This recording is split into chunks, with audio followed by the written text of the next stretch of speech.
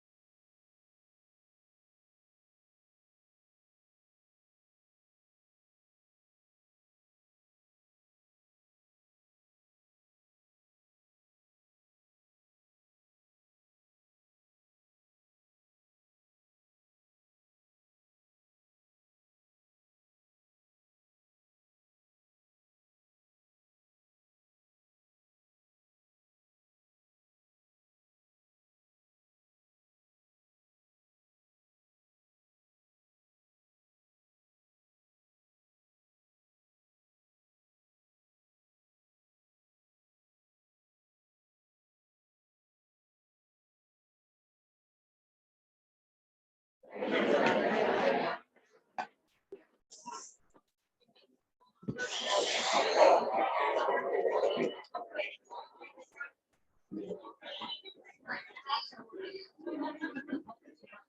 go, Linda.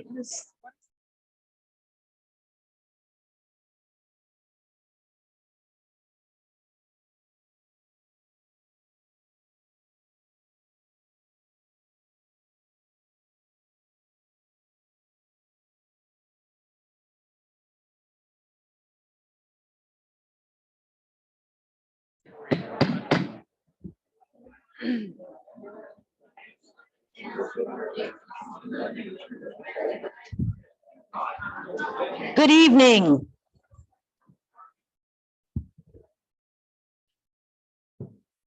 The board met earlier in executive session for the purpose of consideration of employment compensation of a public employee or official.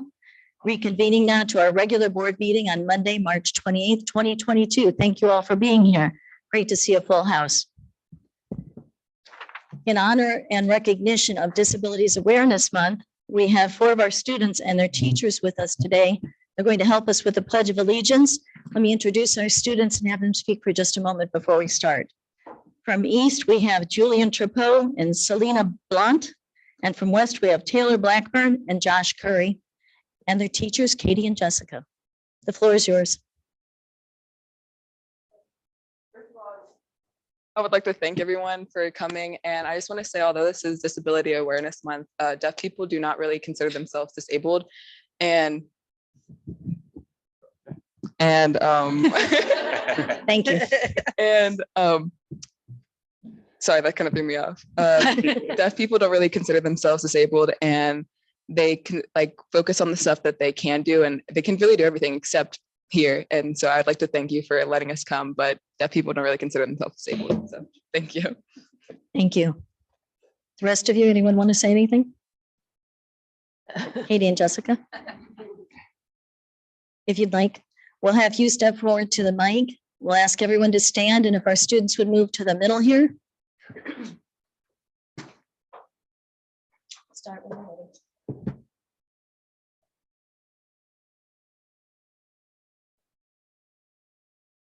I pledge allegiance to the flag of the United States of America and to the republic for which it stands, one nation, under God, indivisible, with liberty and justice for all.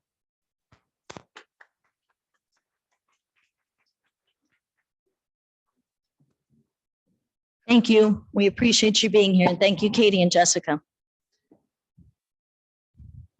Board, I'll take a motion to approve the evening's agenda. So moved. Julie as a first and Isaac as a second. Would you call the roll, please? Mrs. Schaefer, Yes. Mr. Adi, Yes. Mrs. Casper, Yes. Mrs. Bodie, Yes. Mrs. O'Connor. Yes. Thank you. I'll move right to superintendent comments. But I'll defer to my We'll move colleague, right to treasurer comments. just because we have so many guests Right tonight. to student spotlight.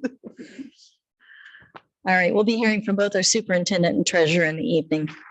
Betsy, Mrs. Fuller, our student spotlight. Good evening. Giving our students real-world learning experiences is a focus throughout our district. These opportunities can take on many different forms: guest speakers in class, lunch and learn sessions, project mentors, and of course, internships. One of our longest running real-world learning opportunities can be found at Lakota East High School. Since 1992, students enrolled in journalism classes at East have produced their award-winning news magazine, Spark. Each year, the National Scholastic Press Association, which was founded in 1921, honors the best of the best in student journalism. For the 17th time, the Lakota East Spark News Magazine staff have earned a National Pacemaker, which is the top publication award from the NSPA. In addition to winning one of just 25 pacemakers awarded this year, the NSPA also recognized some of our very talented students. Mia Hilkowitz, co-chief editor, earned a first place National Story of the Year award in the COVID-19 online story category. Natalie Mazie, co-news editor, was the Story of the Year runner-up for the COVID-19 print story category. Megan Miranda, co-news editor, earned a 5th place Story of the Year award for the news writing category, and V. Deo earned a 4th place Design of the Year in the editorial cartoon category. Me and Megan are here tonight to tell you more about this.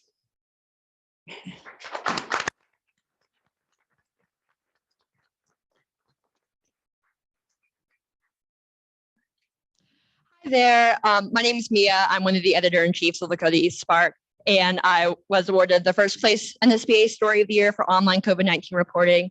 I'd like to thank everyone for the recognition today. Every year, Spark puts in tons of hard work to keep informing our community and covering really hard topics, even if they're not very easy for us to cover. We go the extra mile to get more sources, talk to the board, talk to teachers, talk to everyone in our district for our stories. So we really value the recognition that we get at this board meeting. Additionally, I really value the NSBA award. Next year, I'm going to be studying journalism at Indiana University on a full ride, and the opportunities within Spark have really provided me great opportunities to succeed in journalism and any other field at the next level. Our advisor, Dean Hume, puts in tireless work every day to help us, and I really appreciate the recognition.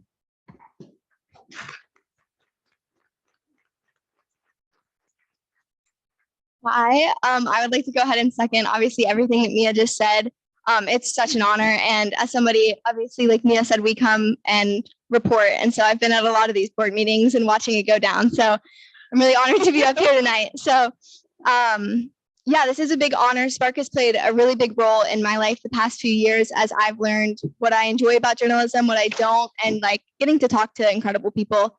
I think obviously it's awesome to be recognized, but there's so much more to it than just an award or a story that goes on a page.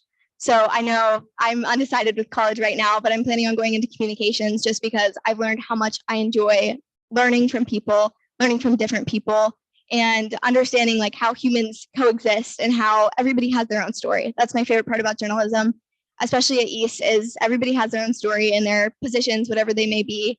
They've all gotten there some way. And it's really, really cool to uncover that. And we've been taught by the best advisor to do so, Dean Hume. So I'm just really grateful for this opportunity. And it's been really cool to watch all the board meetings, to host candidate nights, and to really understand how the district works. I feel like I'm really grateful to be really involved in the district. But thank you.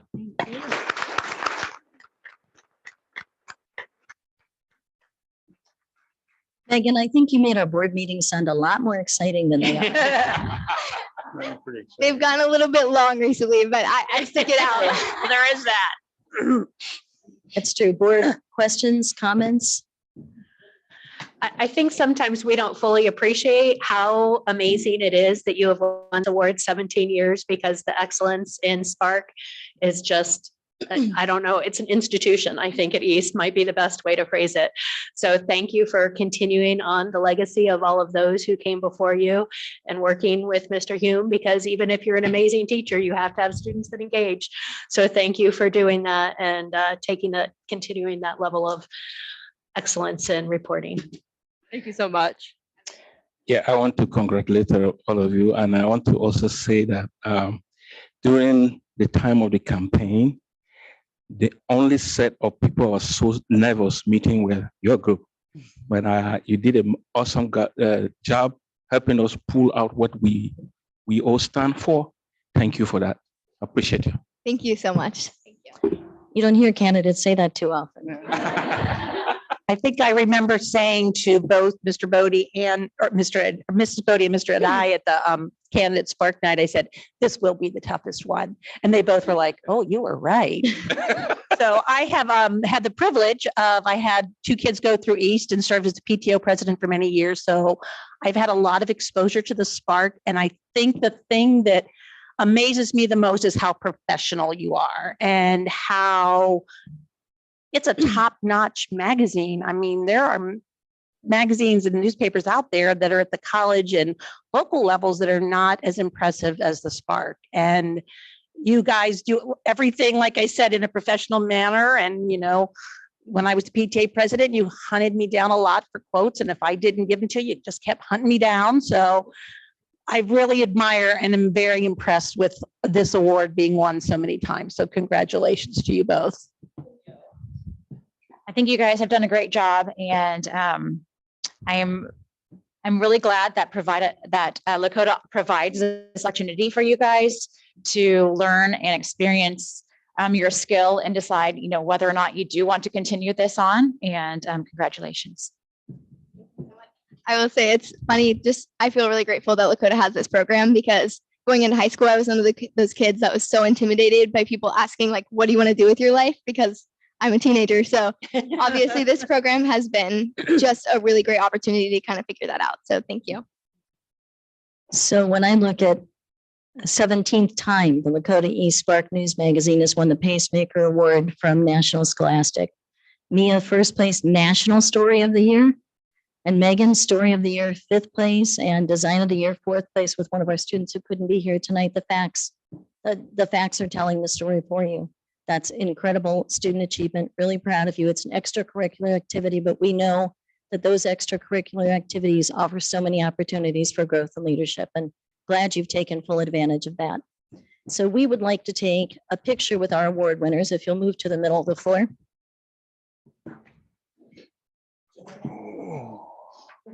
Not say anything.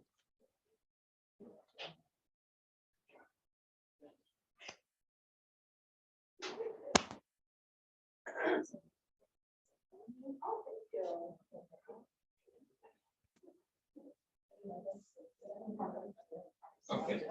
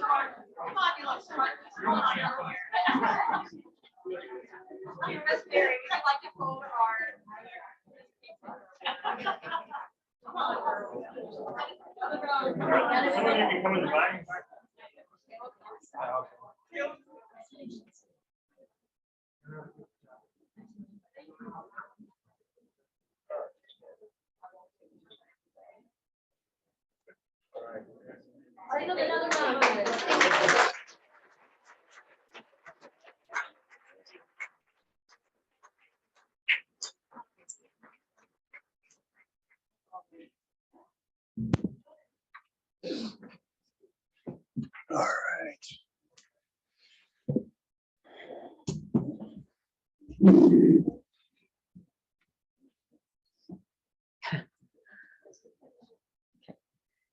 Betsy, staff spotlight, please. For the staff spotlight. Each year, the president of each region of the Ohio School Boards Association has the honor of recognizing someone or a group for their outstanding service to students.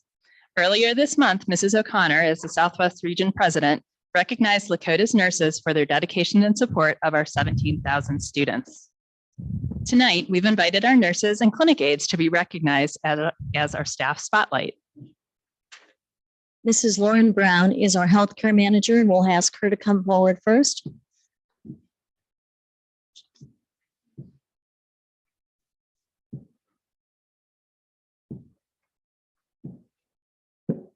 President O'Connor, Lakota School Board, we thank you so much for this award that you've recognized our nursing staff. Our nursing staff has gone above and beyond during the last few years of the pandemic, even before so. But with this new pandemic that came out with nothing known about this virus, this staff has turned on a dime when they needed to. Just as soon as they were getting used to one set of guidelines and one set of regulations, it changed and they had to flip and then had to explain to the parents and the teachers and the administrators sometimes why now we're doing something a little bit different. Sometimes they didn't even understand it themselves. They just said, it's because our health department is telling us this is what we need to do to keep our kids safe. So we continued to do that through the pandemic. The nurses have not only worked as the nurse in the building, they've worked with the nurses or with the families to get them connected to resources.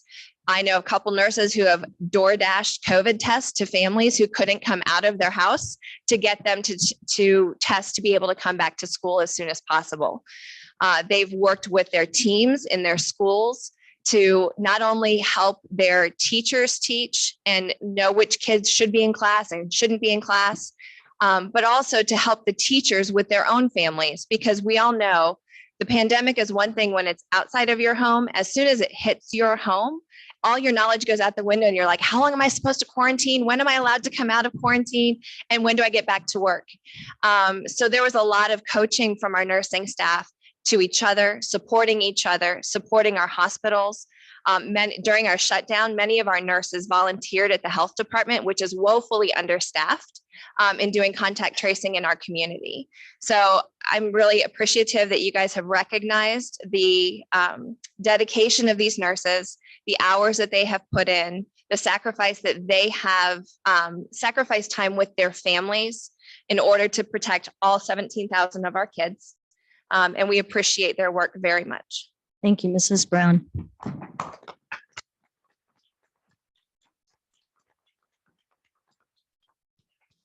We're going to ask our nurses to come forward in just a moment, but before we do, I'd like to give everyone a chance to make their comments. So we'll start with Mr. Miller and Mrs. Hogan. Thank you. Just, I really appreciate the fact that you were on the front lines when we had to deal with COVID. And like Mrs. Brown said, that that was changing day to day. And we could not do in-person learning without you. And that's huge for our kids and for our families. You were much more subdued tonight than you were the other night when we acknowledged your greatness, I guess, at the Southwest Regional. And I'm sure Mrs. O'Connor will mention that, but a thank you doesn't seem like it's enough, but we do appreciate everything you've done for our kids and for our staff and for our families. Yeah, and I ditto to all that, as well as, you know, there were many things that spur of the moment, you had to create processes that were not in place, and help all of us through this. And so you were on that front line. You stepped up when you needed to step up, and we just appreciate you. And the words are not enough, but honestly, we really do appreciate what you've done. Thank you very much. Yeah, just to add to what they said, you guys did a lot of work during the COVID-19. I was very proud when the award was given to you. I was right there. I was very, very proud that it's coming from our school district. Thank you so much for what you do, and we appreciate you. Yes, just ditto. We really do appreciate everything you have done. And Mr. Adi is right. It was really nice because all other school districts in that conference. So we were very proud that it was our nurses that were being honored. And I was also very impressed with how many of you came, which was so nice since it was in the middle of nowhere. But, sorry, I know that's not your call. It is. But so it was we were very, very impressed with that. So again, like everyone said, words are not enough, but we truly, truly do appreciate all you've done. Again, same as all have said, but I also know your plates were very full with our medically fragile children even before the pandemic. And then adding the anxiety that we sometimes forget now that we had at the beginning, not only protecting those children, but all children, and putting your own health and your family's health at risk doing that. I hope we can't thank you enough and recognize you enough for all that you did for all of those kids. And I will repeat what everybody else said. I'm extremely thankful for all of you and the work that you put in on a daily basis, whether you are dealing with COVID or not. You guys have been asked to go above and beyond your job description, and you have delivered on that.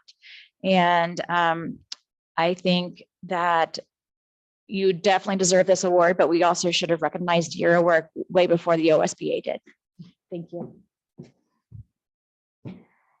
So it was one of the best things I've gotten to do in a long time, was to recognize all of you and to see our nurses surrounded by a standing ovation from all the other districts in the Southwest Regional area. It was really an incredible moment. So that was wonderful. And so I'll repeat some of the words that I said there so that our community understands why we recognized you. And Mrs. Darby actually, or Mrs. Bodie actually alluded to this. It's not only the work that you've done for the last 2 years, but it's the work that you've done together with your clinic aides, together with your leadership, to do the work every single day to keep our kids in a good place and in a healthy place to learn. And so the words that I said that night, in a normal year, our nurses care for our students in many, many different ways, from handing out a Band-Aid for a paper cut, to caring for a student who's feeling under the weather, to hearing and health screen and vision screenings, to caring for our very vulnerable, medically fragile students.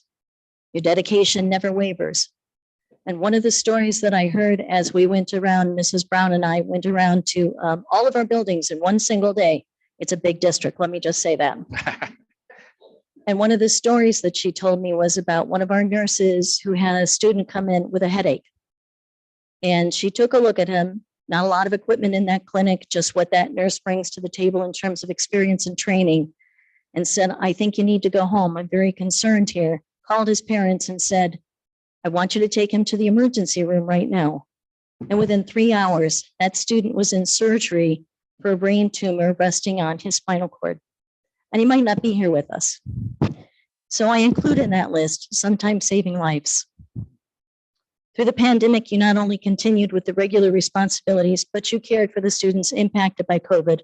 You answered countless questions from parents and staff, and you had the job of contact tracing, which must have been very, very difficult. Thank you for everything that you do for our students. You are very appreciated, and we really, really are thankful to have you. Let's give them a round.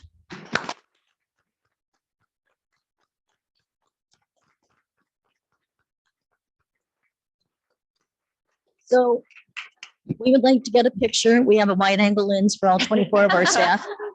Can we call them Mrs. up Brown, one would you by one? please call them one by name, and then we'll join you. And unfortunately, there are some who could not be here tonight, but we'd like to recognize Terry Garlick from Heritage,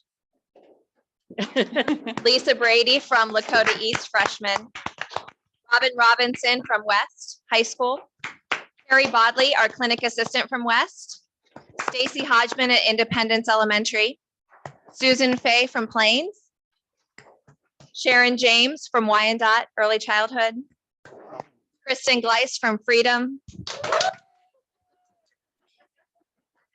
Jennifer Van Kirk from Endeavor. And Jennifer Van Kirk is unfortunately retiring from us this year to go on to beachier things, but Sharon Isles from Shawnee, Shelly Drago from Liberty Junior, Laura Plummer from Woodland, Michelle Tolke from Van Gordon, Cassie Daly at Liberty Early Childhood, Kelly Harp at Union, Karen Fogel at Adina, Valerie Hobbs at East High School, and Polly Hasty at West Freshman.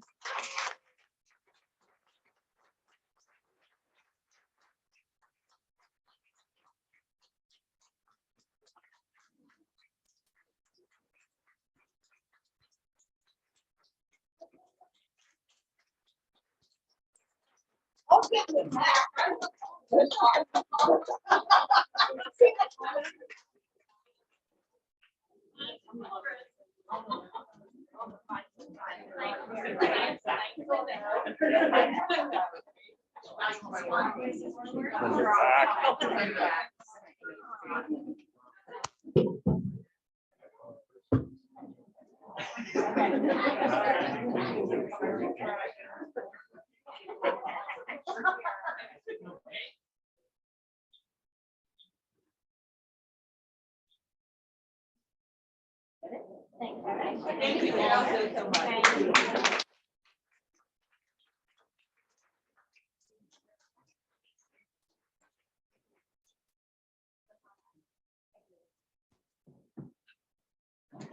They're free to leave. And now we're all leaving, so anyone standing up? Have the public comment. Yes, you are all free to leave.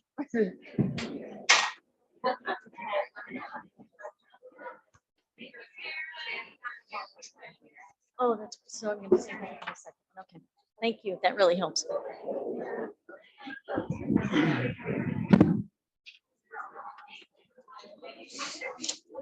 Progress.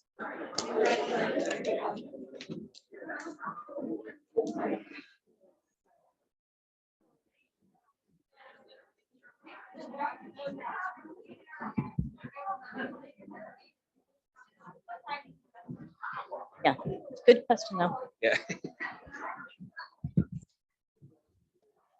All right, if we could find our seats, we have lots on the agenda still.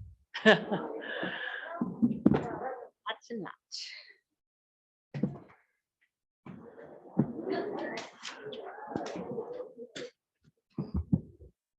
Thank you. We're going to move to the portion for public comment on our agenda. Again, it's 30 minutes. We ask that you remain within a 3-minute time limit. Please state your name. And if you have listed your address on here, you do not need to say your address out loud. And we will start with Michael Lewis, followed by Maureen Mao. Mike, I'm sorry, Mr. Irwin. I think I need somebody typing these names for me.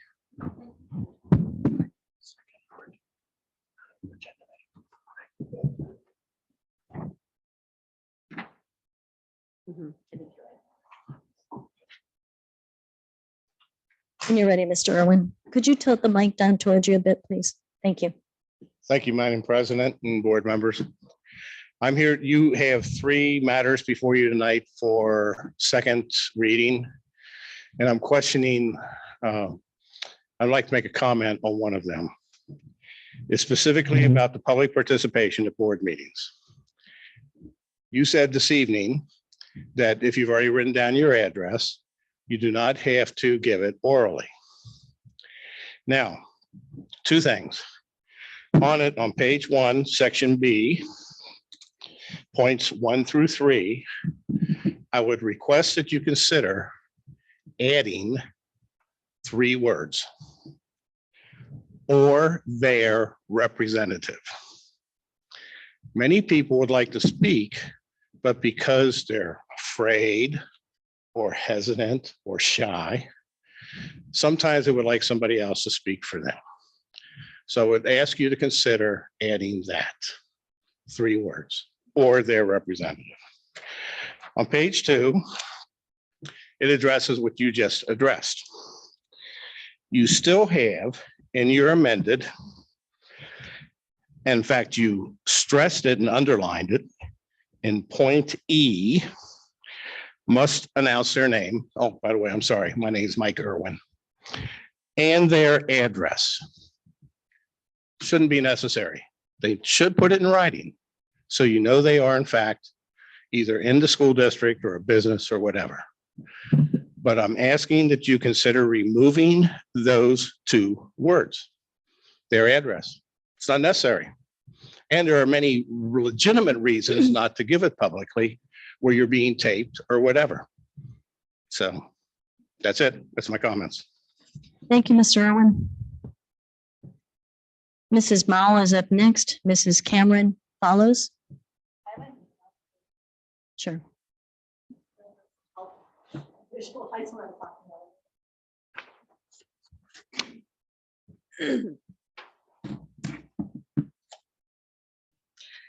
Hello, my name is Maureen Mao.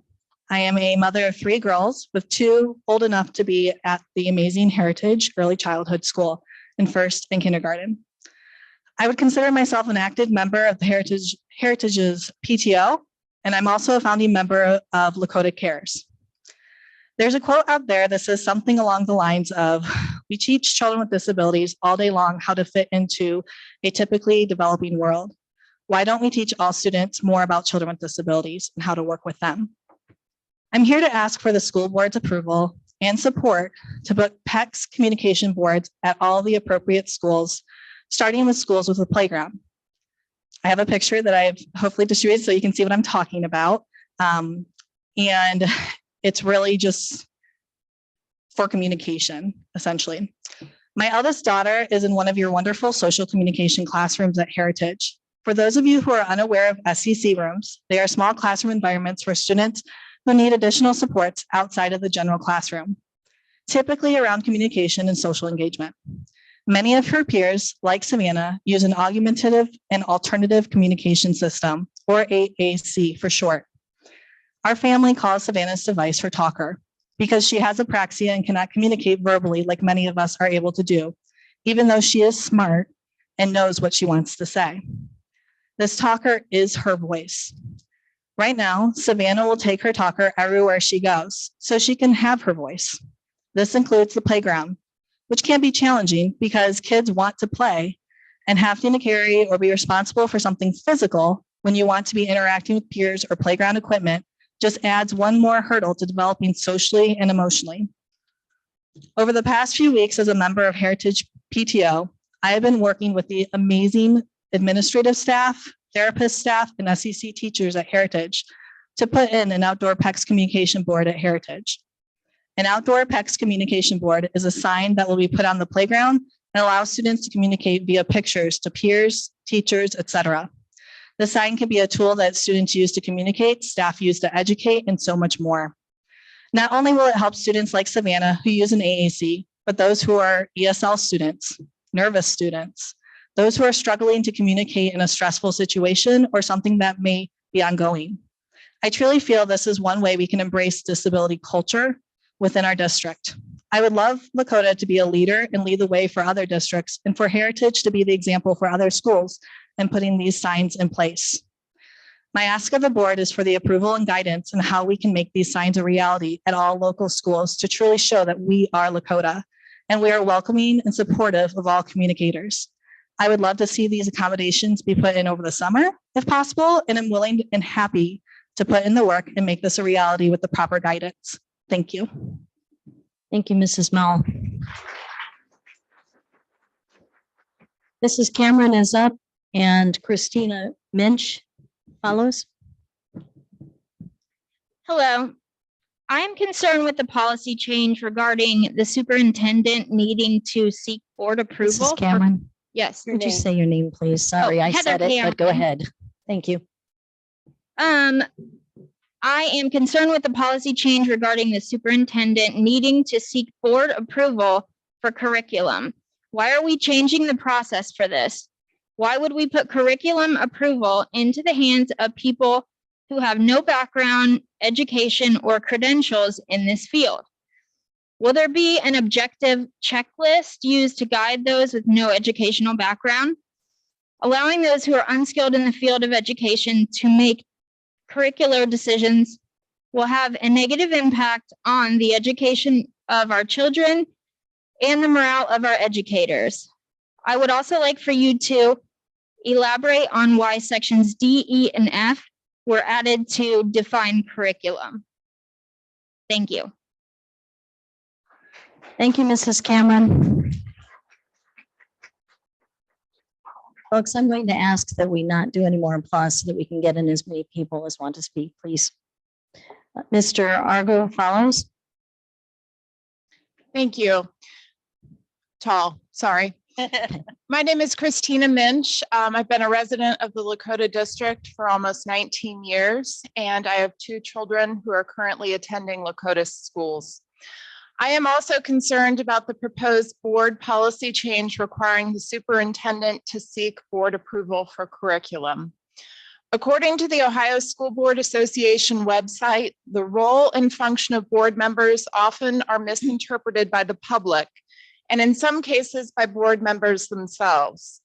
The board is a policy-making body, and members are the chief advisors to the superintendent on community attitudes. Board members do not manage the day-to-day operations of a school district. They see to it that the system is managed well by professionals.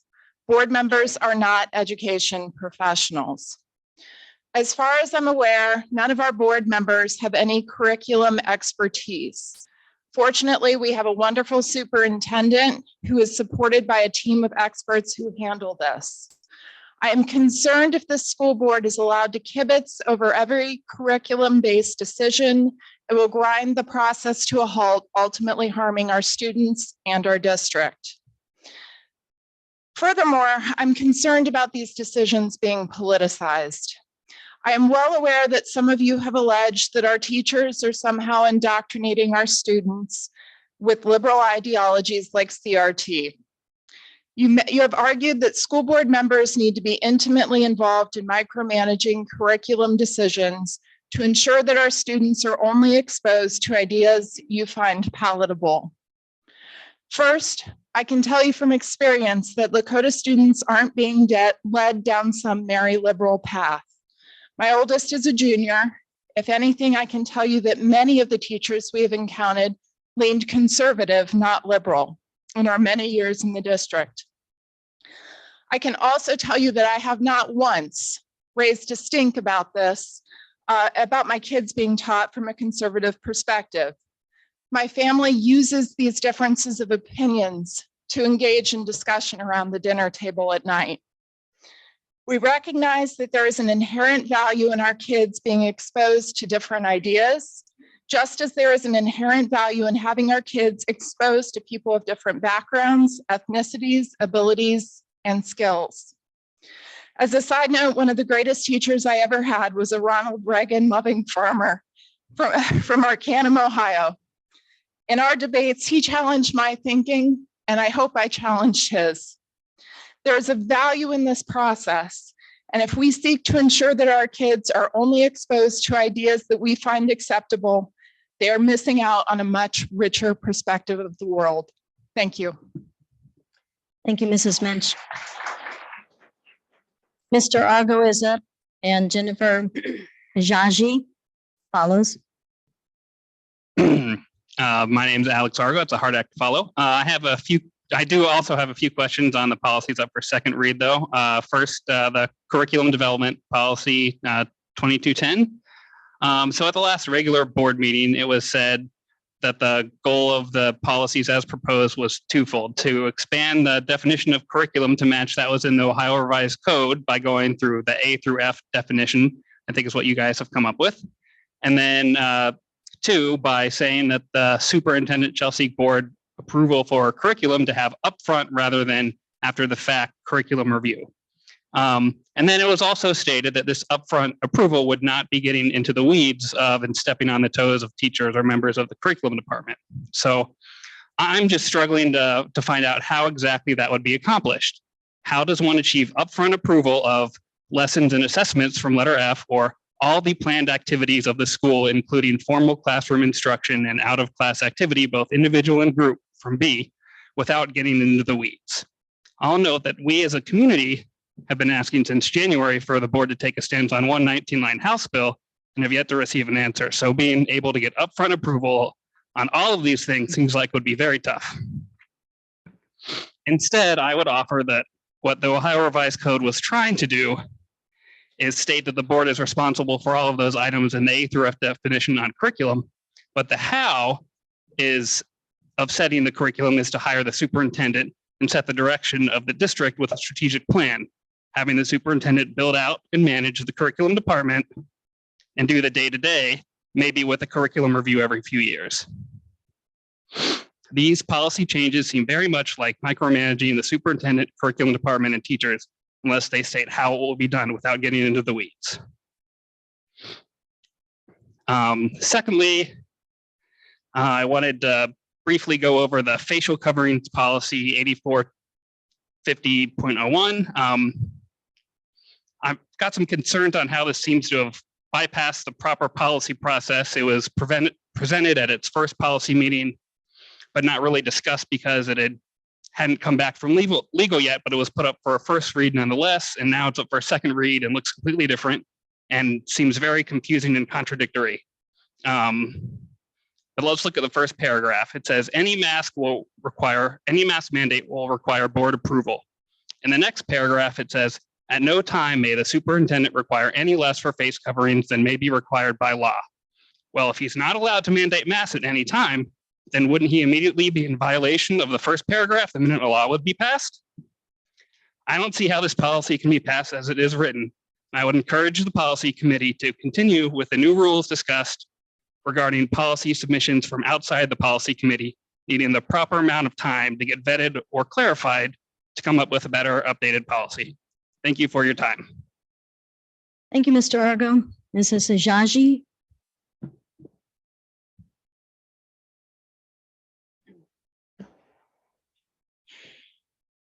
My name is Jennifer, and I'm going to address about the curriculum.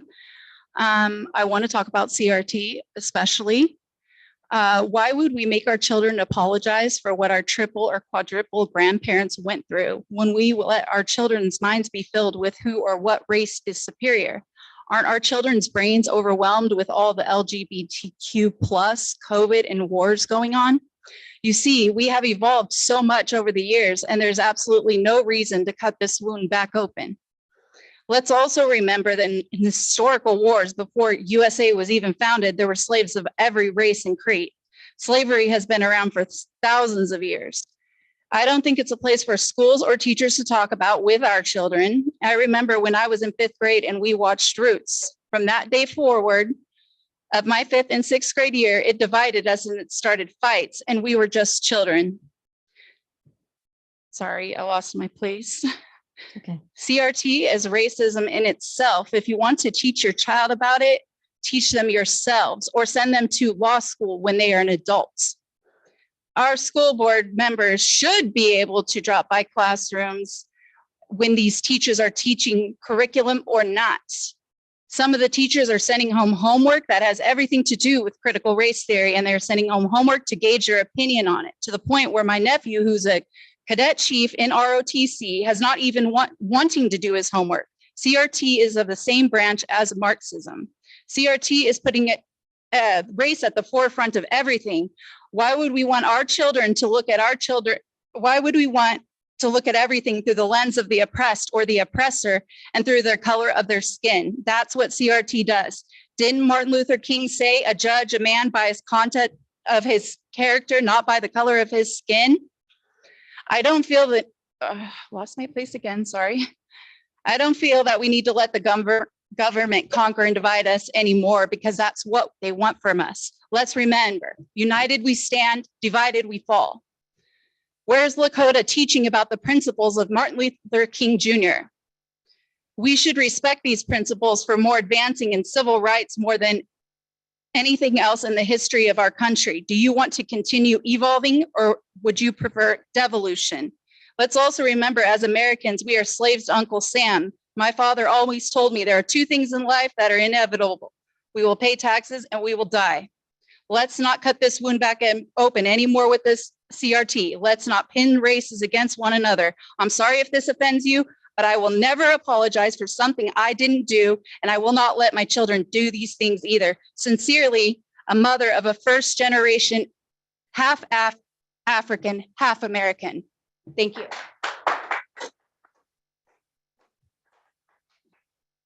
Thank you, Mrs. Ajaji. Just to summarize what we heard, Mr. Irwin made a suggestion about 2 specific pieces of the public participation policy. If the board desires, that can go back through the public policy or the public participation policy process for further discussion.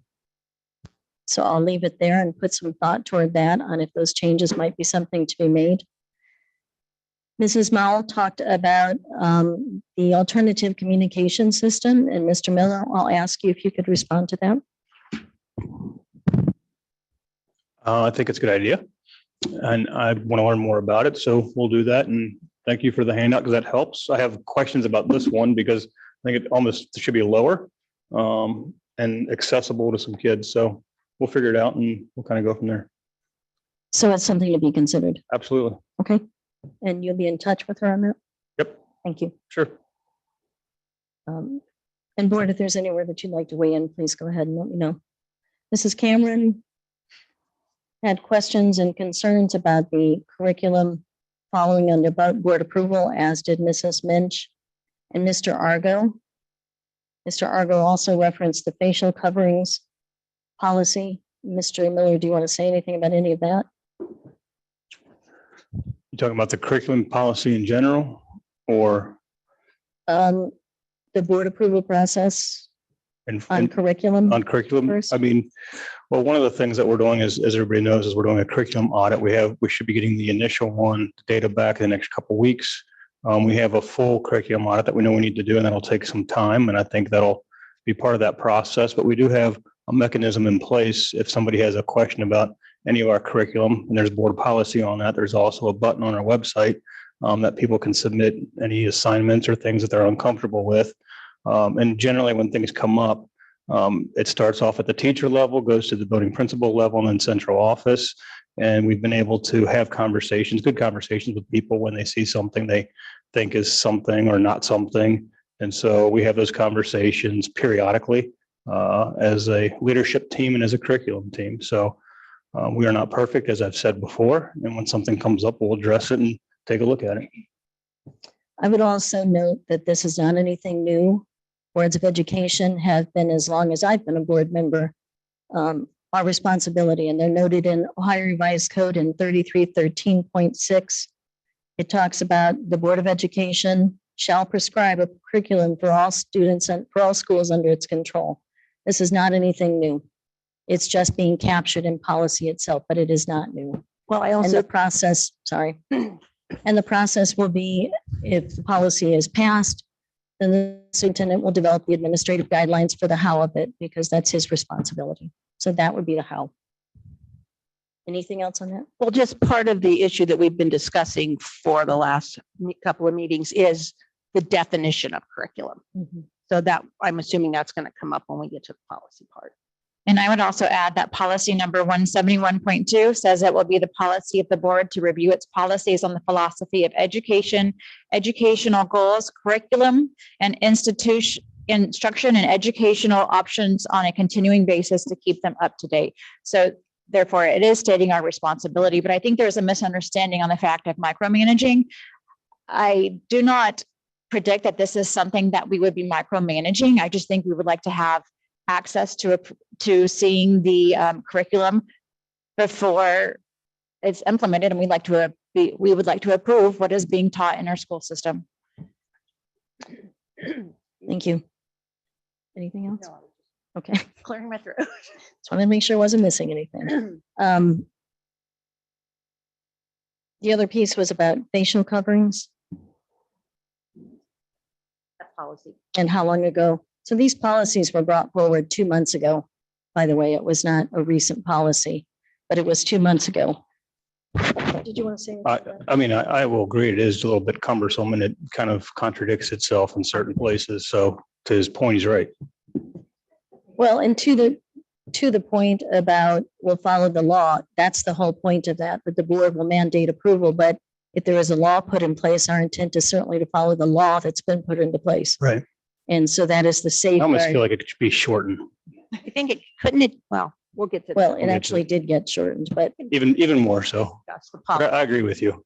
I think we all see that it's got some twists and turns to it. Right. Yeah, I think I actually agree with Sargo on this, and it is contradictory. There is much improvement. Too much stuff on it. Should be a general. We'll get to that. Mrs. Hajaji talked about CRT and her personal experience and her family's experience with that. Thank you for sharing those thoughts. There is a policy in terms of board members being able to drop by the classroom. That is allowed, but there's a process that we put into place so that we're not taking our staff unaware. And also because safety and security is the most important thing in our buildings. And we certainly need to be very conscientious about that as well. And that's in 9250, I believe that we have a process about how that needs to happen. But there is an avenue for that to happen. Was there anything else?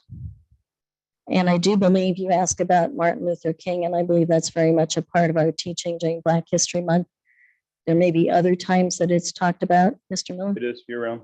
Year Especially round. we have a lot of participation in the Martin Luther King celebration at the community. We do. We have a very big community event for Right. that our students are very involved in. I think last year we had 800 submissions from our students for Martin Luther King Day, and they were really impactful comments from our kids. They were great. I want to add more to that because I think reviewing that only during the Black History Month is not sufficient because we have to let every child understand what it means. Because if we just celebrate once in 360 days or 12 months, we have just 1 month for Black History Month, I don't think it's enough. If we use Martin Luther King as a pinpoint and make sure every child understand what a dream is. Because we just say it and pass on. But if they understand, it's going to solve a lot of problem about this racial issue and slavery and CRT and the rest of them. So I think let's pay more attention and emphasize a lot more on that statement or that dream. I think it's going to help us a lot. Thank you, Mr. D. If there are no further comments, we'll move to board updates. Mrs. Schaefer, Butler Tech. All right, I apologize. I've got a fair amount to cover, so I'm apologizing in advance. My report's a little long. I had to take notes. We went to the Butler Tech representatives went to the Association of Career Technical Educational National Policy Conference.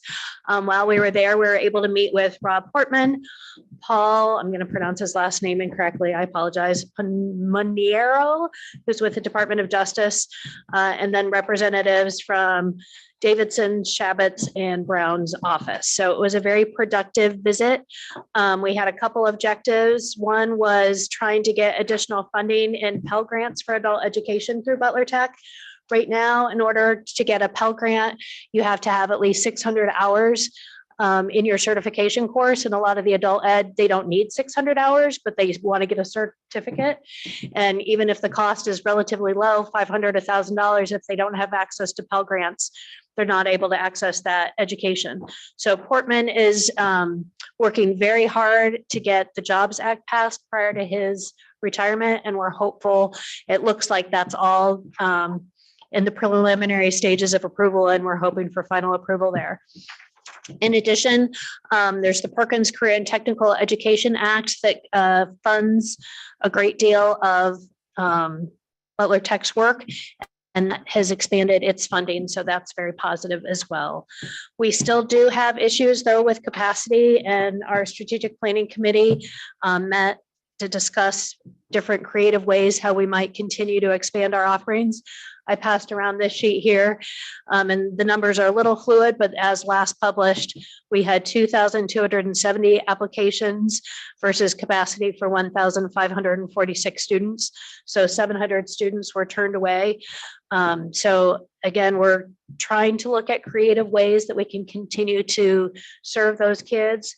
One idea is there's been a presentation to the Butler County Commissioners to fund an advanced manufacturing and an aviation hangar, as well as we're currently working on the Natural Science Center, which I have renderings of here. If anyone would like to take a look at those renderings, you're welcome to do that. That's in the construction phase right now. And we're very thankful for that funding. That's on Monroe's campus, but it's open to all Butler Tech students. So we're continuing to look at different ways to expand.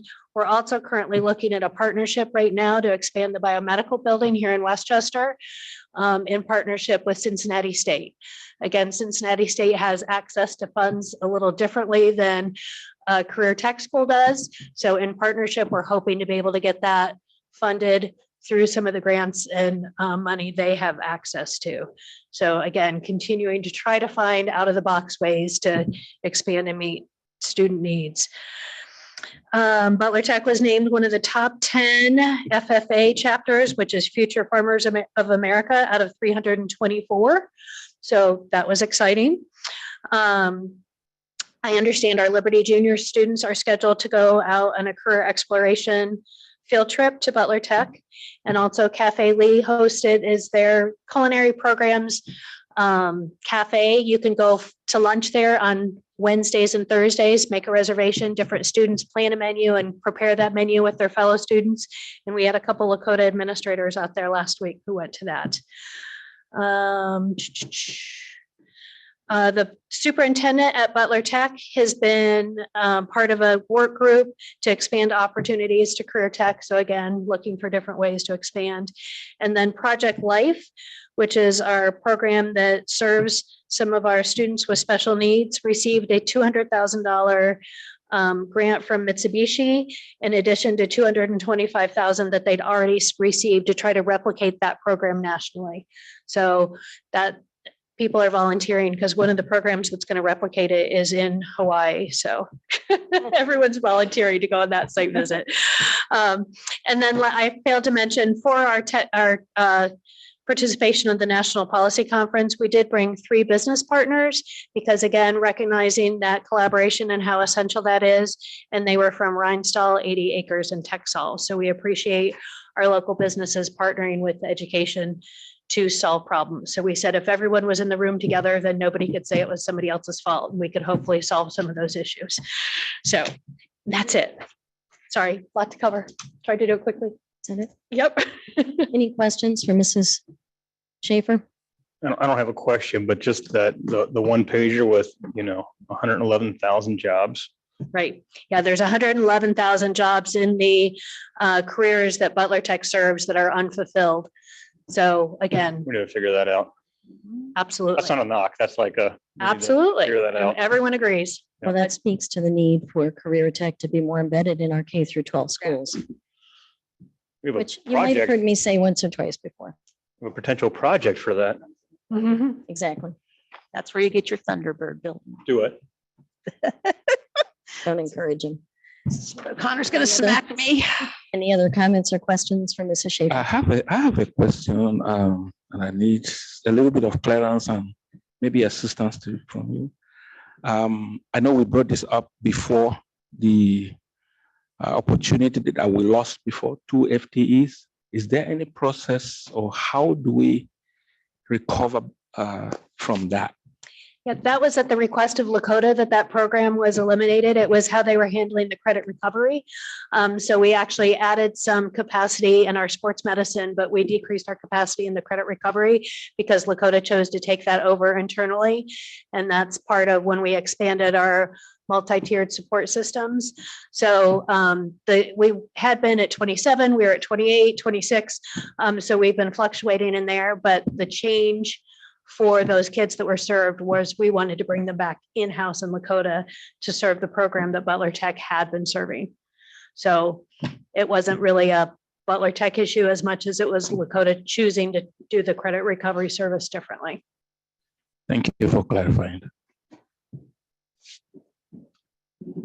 Hearing nothing further, we'll move to policy committee. This will be first reads. Is Mr. Vogelman here? There he is. The Board Policy Committee met on Friday, March 4th with our Neola representative, Norm Burkhart, to cover the January 2022 volume number 40 update from Neola.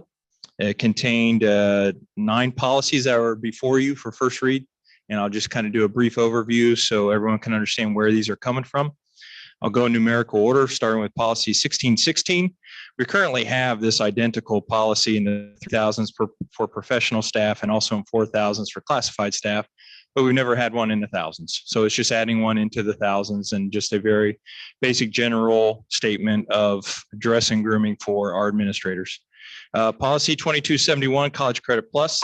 This policy has been revised due to a revision of Ohio Revised Code that requires male students who are 18 years or older to register with Selective Services in order to participate in any College Credit Plus program.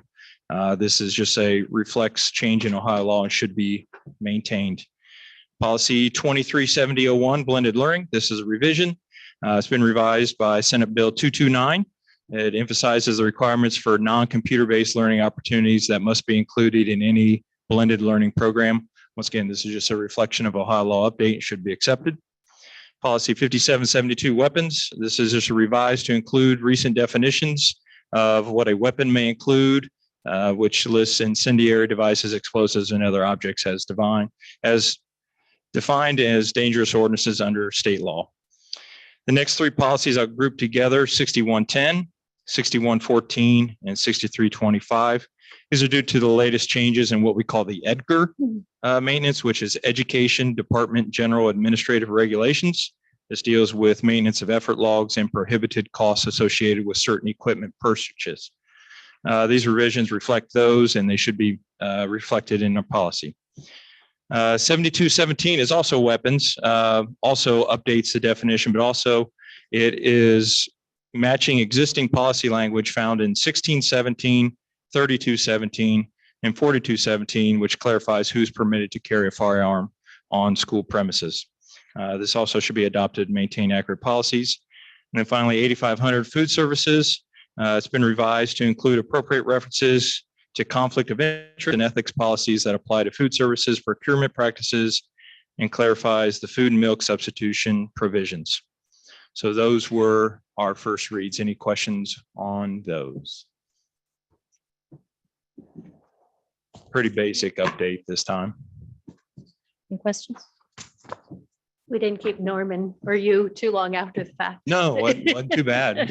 It was fairly simple, so didn't take long at all. Much better than the 50 policies at a time. Thank you, Mr. Yes. Vogelman. Appreciate it. Thanks, Rob. Legislative Superintendent and Treasurer. You want to go? You want me to go? The only thing I was going to add is that we're still waiting to see what the maps are going to look like, which are impacting the upcoming election. So we did hear in a legislative update that hopefully this week we will get some clarification. So that was the biggest thing that was included in our legislative update that we had this past week. So Is there a point where they have, I mean, if they don't agree soon, I mean, the primaries May, is there a point they'll have to push that back? that's what we were told on the call, was that, I mean, there comes a point in time where I mean, you can't have an ballots election if- have to be, yeah. yeah. You got to print ballots and know whose name to those put on them. things. So, yeah, there comes a point in time where they're going to have to make some tough decisions, but. Yeah. Mhm.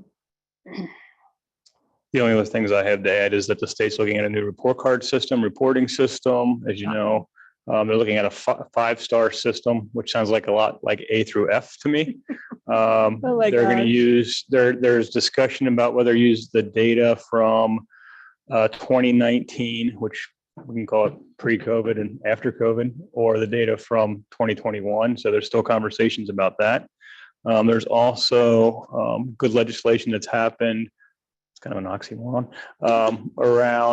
around House Bill 436, which is a dyslexia screening bill, which is good for our kids. So we will have to administer what they're calling a tier 1 screening for students in grades K through 3, and then at parent or teacher request, grades 4 and 5 or 4 through 6.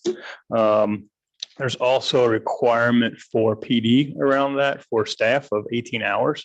Which is pretty significant. I know that they're still working on what that's going to look like, and there'll be a guidebook coming about that. There's also the new financial literacy bill that's coming out, Senate Bill 1, I think it was, and that'll impact our current 8th graders, class of 2026, if my calendar math is correct. I think that's enough. I actually think House Bill 436 is a great idea. It is a long time I coming. think we should be doing that screening, catching those things early. Yep. Mr. Dean, any questions, board? No? All right, we will move to community engagement. Mrs. Gaspar. We had a community conversation last week on post-pandemic education and how it will affect our master's facility plan going forward. And I think there was some good discussion. About 10 or 12 people, but it's kind of a crazy day. So we had that one, and we had one scheduled for April 14th that we will be rescheduling because of some other date conflicts. But that's really all. The only thing I would add to that is that we are working on, with Mrs. Fuller, working on developing our communications timeline and process for the master facilities plan. So we'll be working on that over the next month or so. Yeah, for where how the community will be able to weigh in on the options. Right. Yep, that's all. Yeah. Any questions on community engagement? I know you mentioned the conflict. Is there going to be a change of date coming up? Yes, and I will talk about that under new business. But thank you. Thanks for the reminder. Yeah, what I want to add to that is to the community, please, if you want to be involved, engaged this is the time to be involved. Because if you are not there, some people are there representing you. So if you want your voice heard, you want to be a part of the plan in the next 10 years regarding our facility, please attend these meetings because it's a public forum and we engage with each other and we brainstorm to bring ideas. So please be involved. Thank you. Thank you, Mr. D. We'll move to new business.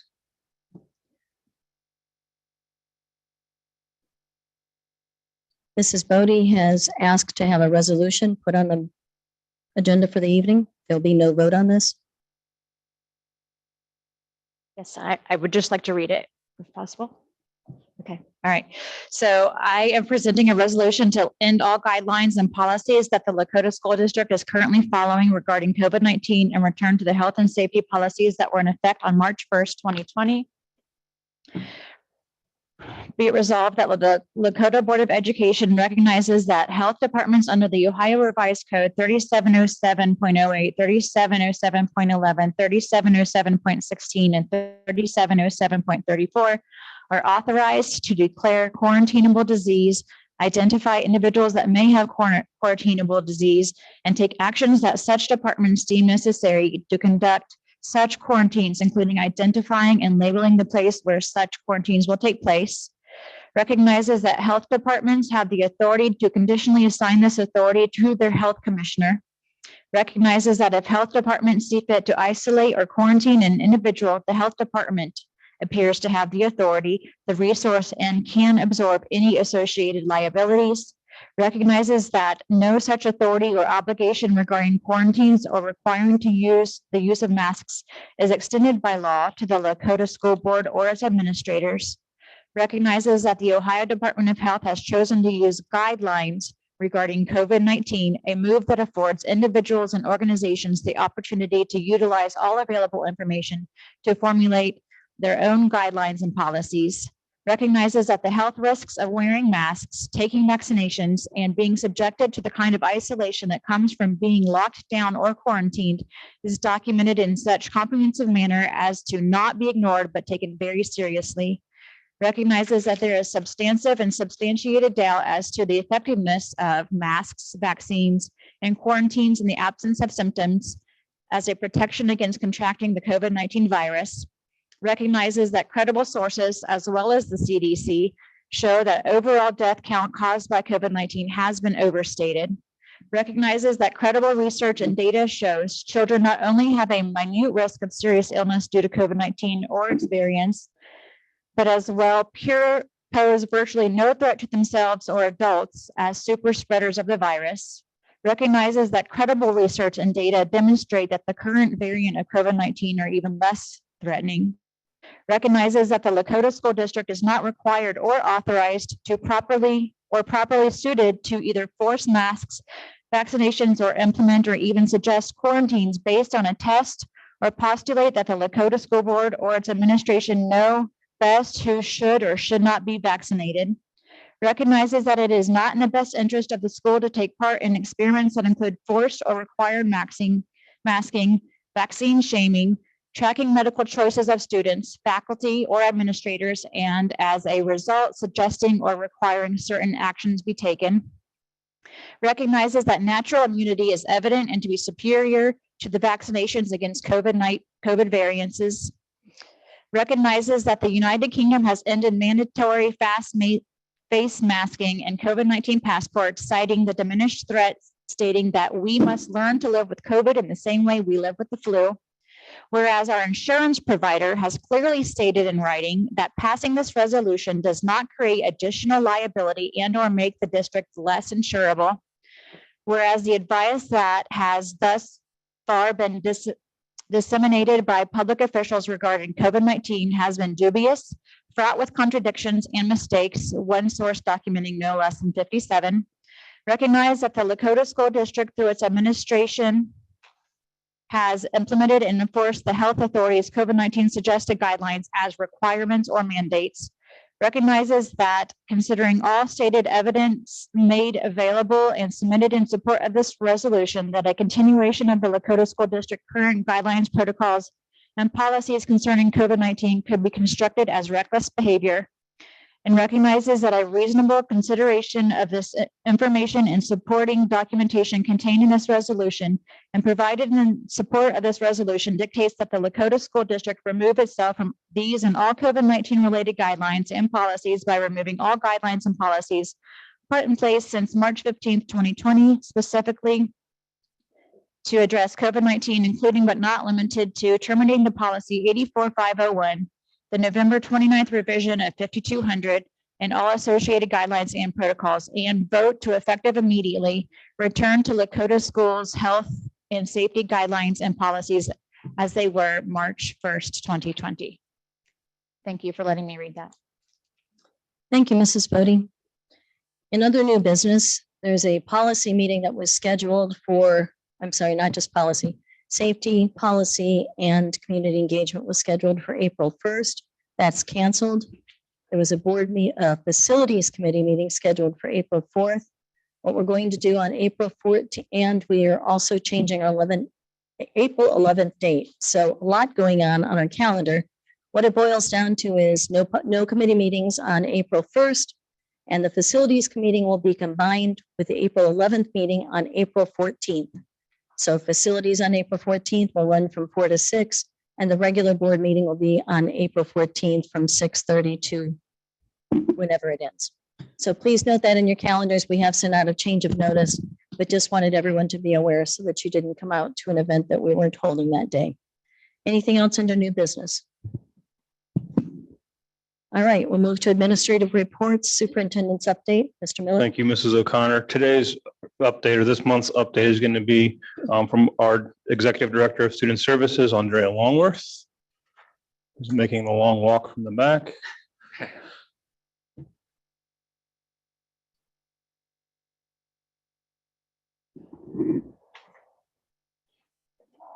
Thank you. Good evening. It's perfect timing for me to be here to talk about all things special education, with it being, as many of our community members have said, Disability Awareness Month. In Lakota, we are currently providing direct services to approximately 1,672 students with disabilities, and that's in grades K-12. We approximately serve 200 preschoolers with identified disabilities. That's a total of 1,872 students. I do want to note that in some recent board meetings, you may have heard some of our community members say that we actually have 2,100 students with disabilities. That is in fact true if we're counting all students who reside within Lakota residents, because our obligation to not just evaluate, but identify any student who resides within this district, even if they do not attend Lakota schools.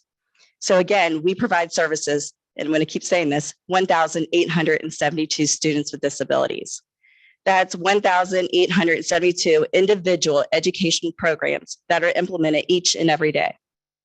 I would like to emphasize the word program because children with disabilities require specialized instruction and supplementary supports throughout their school day, and not just when they're working with special education staff. This is why it's so important to remember that all of these students are our students, and that students with disabilities are general education students first and foremost. In fact, 65% of our students with disabilities spend 80% of their day in the gen ed setting.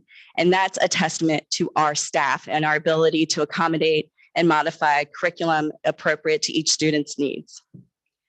Over the last 8 years, Lakota has seen an increase in numbers of students who are identified with low incidence disabilities, specifically students with multiple disabilities and students who are identified in the autism spectrum. In fact, the state percentage of students who are identified is around 10%, where we in Lakota are 14%. In response to this, we have developed specialized classrooms, which you have also heard some of our parents talk about, to meet the needs of our complex learners. And the special services team has been focusing on bolstering programming for students who are served in these specialized classrooms. Programs in these rooms focus heavily on communication, adaptive skills, behavioral supports, and academic rigor. We also partner with autism experts at Children's Hospital to ensure that we are meeting the needs of our students. We currently have 23 specialized classrooms, and we are adding 3 more for next year due to the complexity of our students who are entering the district. Our goal in special education is to ensure that each student has meaningful educational experiences that lead to academic and post-secondary success. This includes post-secondary education, maybe a career tech bound, employment, independent living. We do this not only by working within our schools, but also with partnership and collaboration with our families, our community, and state and local resources. One way that we ensure that these goals are being met is our Lakota Transition to Work program, which we have had around for many, many years, but we have really grown the program in the last couple of years, where we now have partnerships with 15 businesses, and some of these internships are actually paid. We have interns for work study within our school buildings as well. These are paid job opportunities. And at central office, if you guys are ever there and come over into the student services section, you'll see anywhere between 2 and 4 of our student workers working along a job coach. And I can tell you our office would not be the same without those students there. It's a light of my day, but they're really getting on-job training. In the past 2 years, we've had 128 students in this program, and we've had many students in those community placements who are hired on permanently once they finish their career here in Lakota, which is our goal. We also partner with Miami University's teacher program for intervention specialists. In fact, we have 25 juniors right now in our buildings, 2 full days a week. These soon-to-be teachers get much needed real-world experiences during their spring quarter, especially since their in-person experiences have been so limited. And I can tell you, we are in the interviewing process, and it has impacted those students not being able to be out into the schools the way they have in the past. We also partner with the University of Dayton School Psychology Department, where we provide a year-long internship to graduate students as well. We're able to hire several of those Miami students and UD students in these very, very hard to find positions. As you know, COVID has caused everyone to look at their current practices. And of course, we were no exception in special education to this. We were told to keep making deadlines and follow the rules when everyone else in the world kind of made up their own rules for a little while. But I do think we are better for tackling these challenges during this pandemic. For example, on the onset of the pandemic, we started utilizing Zoom to have our IEP meetings and ETR meetings. And every single one of those 1,827 students has at least one meeting a year. So we are now able to do those Zoom, and we did not realize what the impact was going to have. We have greater parent participation and community agency participation and collaboration, which in turn impacts that child's programming. And this is a practice that we will continue for our families and for our students. In addition, last year, intervention specialists, related services, and support staff provided hundreds of students additional instructional hours and support to minimize the impact of the absences due to COVID. So when our students were not here, we were going to make sure that they got the instruction that they needed in order to continue that success. And I have to tell you, we got really creative with that as well. These services were provided before school, after school, during teacher plan times, and during the summer. Last summer, several intervention specialists even provided additional support to our high school students who were taking APEX classes for credit recovery, where in the past they would have done that on their own. We brought them in and we helped them through that so they could graduate on time. This was extremely successful, and this is something that we'll adopt and continue. Also, last summer, we provided week-long transition back to school camps for our students in those specialized classrooms that I mentioned earlier. Again, this is something that we plan to do and replicating this summer. It's something that we didn't realize we should be doing until we really thought about that transition back and being out of school from March through the summer. It really made it tough, but we realized this is something that we should always be doing. I would like to say, again, none of this would happen without the staff who volunteered to do this. Yes, they did get paid, but they did not have to do this. They saw the need and they rose to the occasion, like many of our staff members, especially when it was a really, really, really long year. As I stated earlier, special education does not happen in isolation. I couldn't do anything, we couldn't do anything at all without the leadership of Mr. Miller and Mrs. Logan and the collaboration of the executive team, and especially the team at Special Services. Thank you. Thank you, Mrs. Longworth. You don't want to keep her up there? Andrea, Come back. You thought you got off easy. we seldom let people get away without questions, so I knew you would, Linda.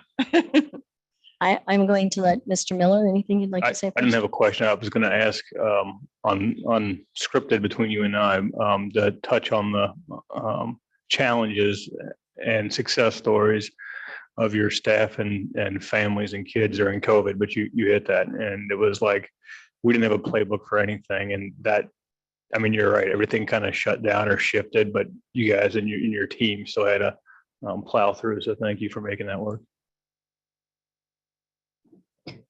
I'm going to start with a few comments actually instead of questions, but could you explain just for our community's sake what we do for private schools? When you're talking about the 2,000 that reside, can you explain that a little bit more? Sure. So it's our obligation for any student who lives within our district who attends, let's say Mother Teresa, we have to, it's our obligation to test, to evaluate and identify and potentially write an IEP for that student. We also have scholarships with John Peterson and autism that we have right now about 200 of those, 100 John Peterson and 100 autism scholarships. We are responsible for doing all of the evaluation and writing of the IEPs for those students as well. Thank you. Could you also talk for a moment about students on 504s as opposed to IEPs? Sure. I mean, IDEA versus ADA, Americans with Disability Act, they're both recognizing that a young adult has a disability or a child has a disability, but one is formalized through one of the 13 categories in which you can be identified through Individuals with the Disabilities Act versus any type of medical condition that you could need something in order to access school with the 504. And is that in our 2,000 number as well? It is not. So what are the number of students that we have? I do not oversee that. Lori Brown does, but we can get that for you. I would count that in the special services that we provide also.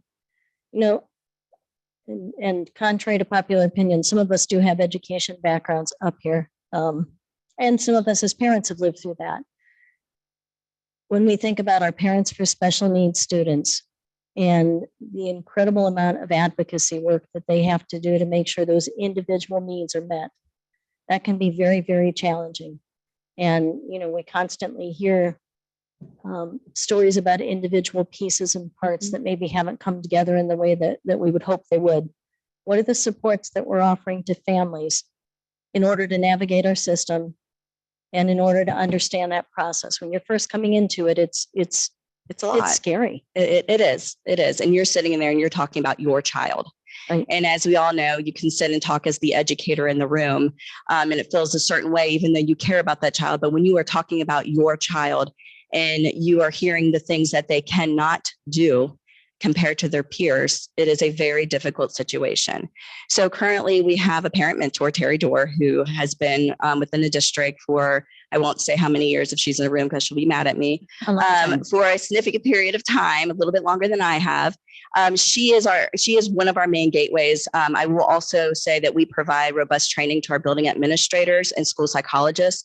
And I heard it mentioned, I think Julie mentioned the MTSS process as well. So as students are going through intervention and maybe potentially going towards evaluation, then there's a lot of conversation around that as well. I will say our students with significant disabilities, those conversations start happening with those families at a much, much younger age. And typically it's a lot to navigate without the school systems, and they really rely on either clinical resources or county resources.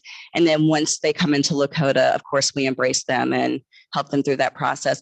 But there's never going to be enough support for what is coming for some of these families because it's very difficult. And I appreciate when we have those opportunities like Mrs. Mao. I think we're in a process of continuous improvement. In my time on the board, I've seen a lot of good changes, I think, and really trying to be very accountable for what we do.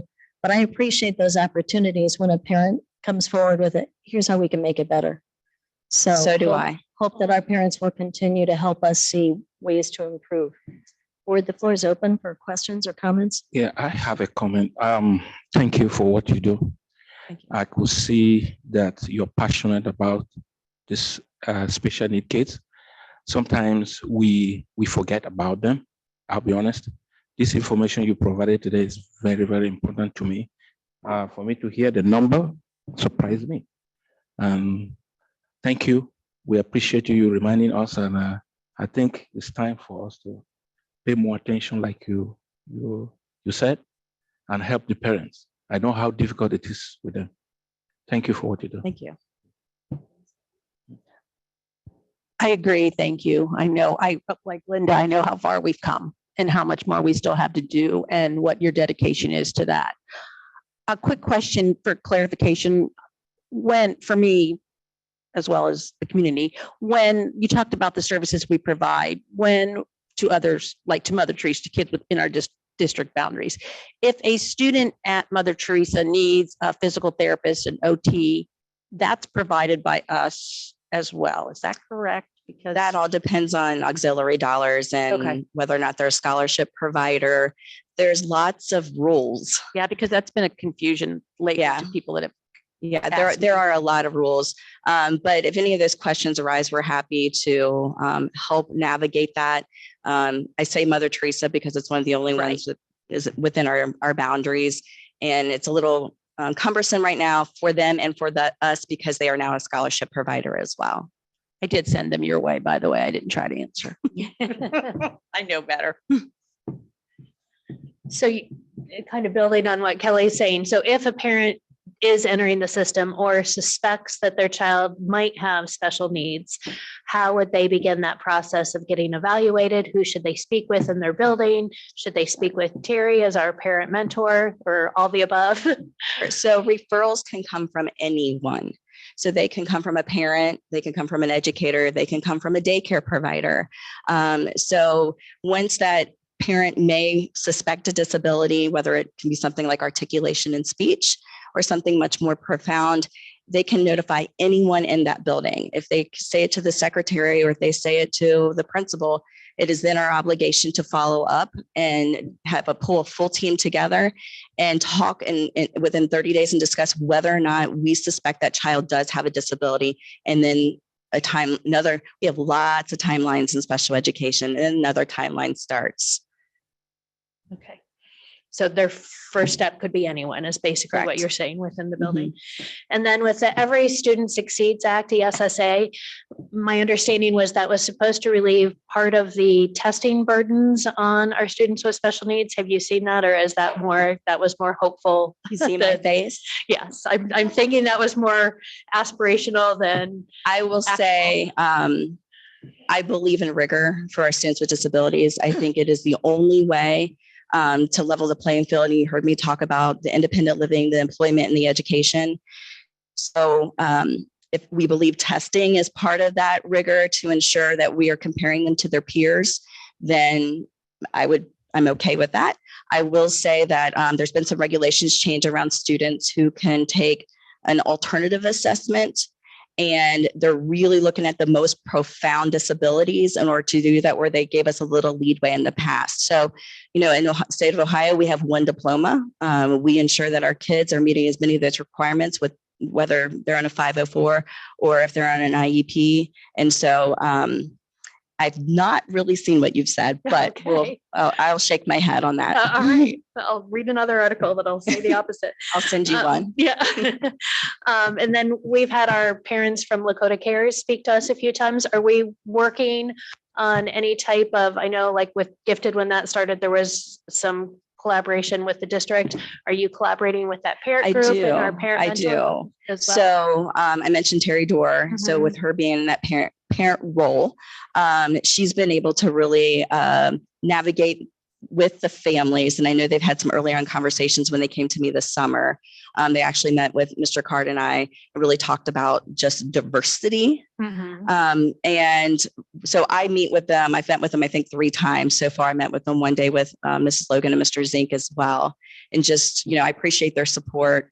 I appreciate their positivity for embracing the learning differences. When you have a neurotypical child, you don't know what that's like. So to hear them and to appreciate where they're coming from, a community and a family organization where, we do a lot of great things in school, but I have no idea what it's like to put together or put to bed a 3-year-old with autism or significant disability at night, and they do.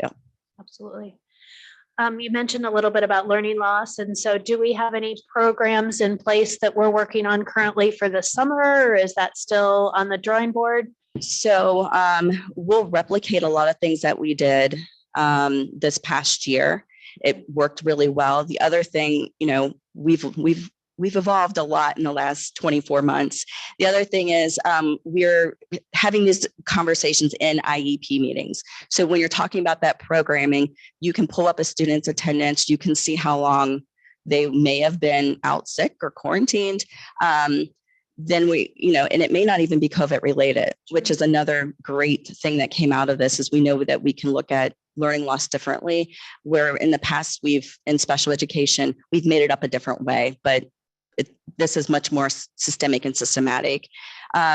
We've also looked at a couple of pieces of data last year, even teacher absences. I mean, if your teacher's not there for 2 weeks, several times a year, right. There's impact there, whether there's sub there or not. The other thing that we did, and this I know was not very easy on our teaching staff, is if we had students who were able to Zoom into their lessons when they were at home, if they were not sick, they did that. And we also had teachers who were quarantined who Zoomed in to teach the lesson. So when I say, in special education, we've been doing everything, stand upside down and, barking 3 times to get a kid to read. We went above and beyond to ensure, and we were very fortunate to remain in school, because I sit with other schools in other districts where that was not the case. And it's difficult. It's very, very difficult. How does our caseload compare to the kind of industry norm for our student caseloads? So in the state of Ohio, it depends on your grade band. It depends on the disability categories. So if you heard me talk about our specialized classrooms, by the state of Ohio, if you have 6 students in a classroom who have a particular disability, you must have 3 adults.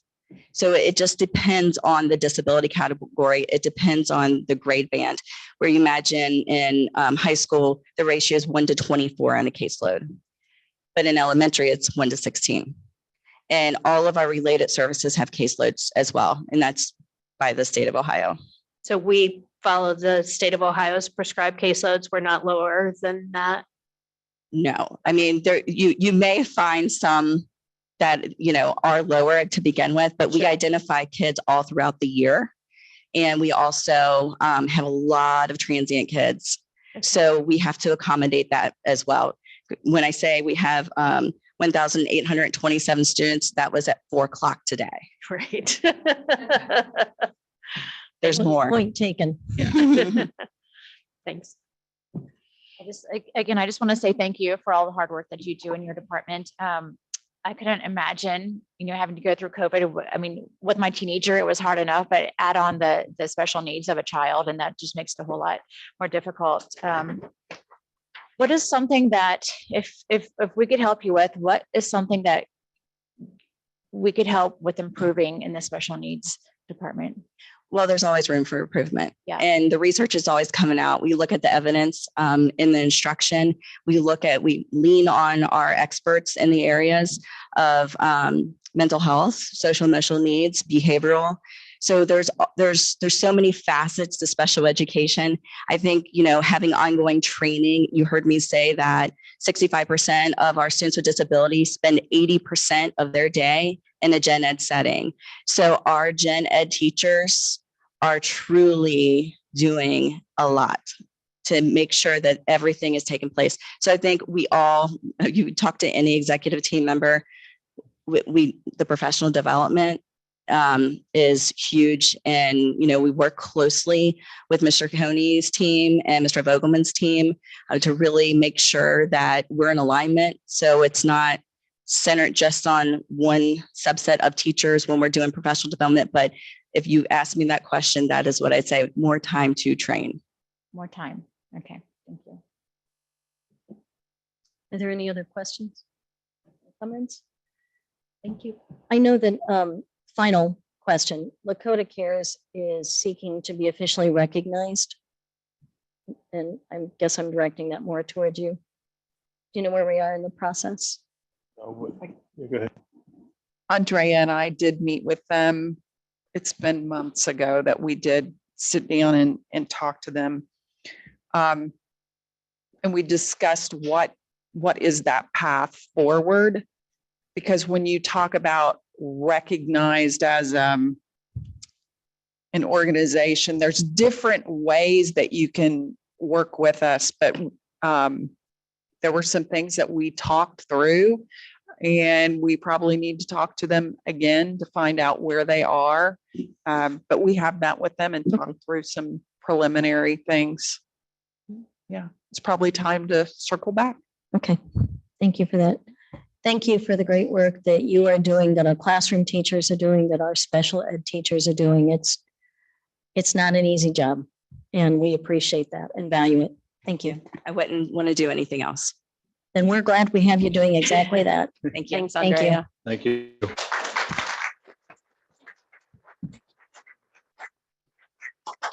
We'll move to board action items. And board, we're going to take each one of these policies separately. The first is a motion to approve the second read of policy 0169.1, public participation at board meetings. I'll take a motion. So moved. Julie? Thank you. I'll take a second. Second. Thank you, Mr. Dean. Is there discussion?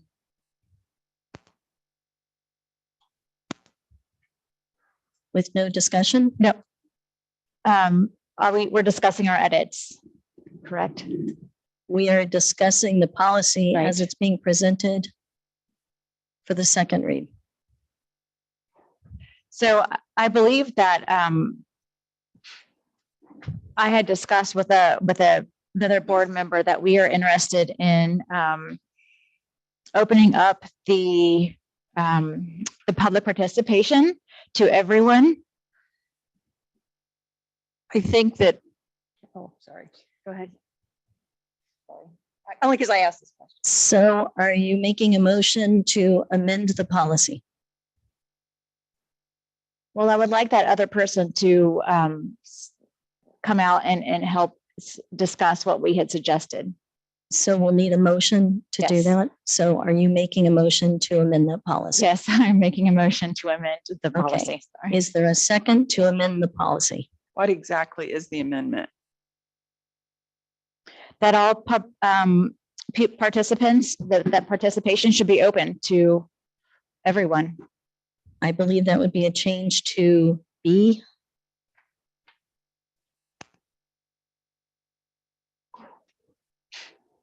Is there a second to the motion to amend? To second to that motion and discuss it. All right. So Mrs.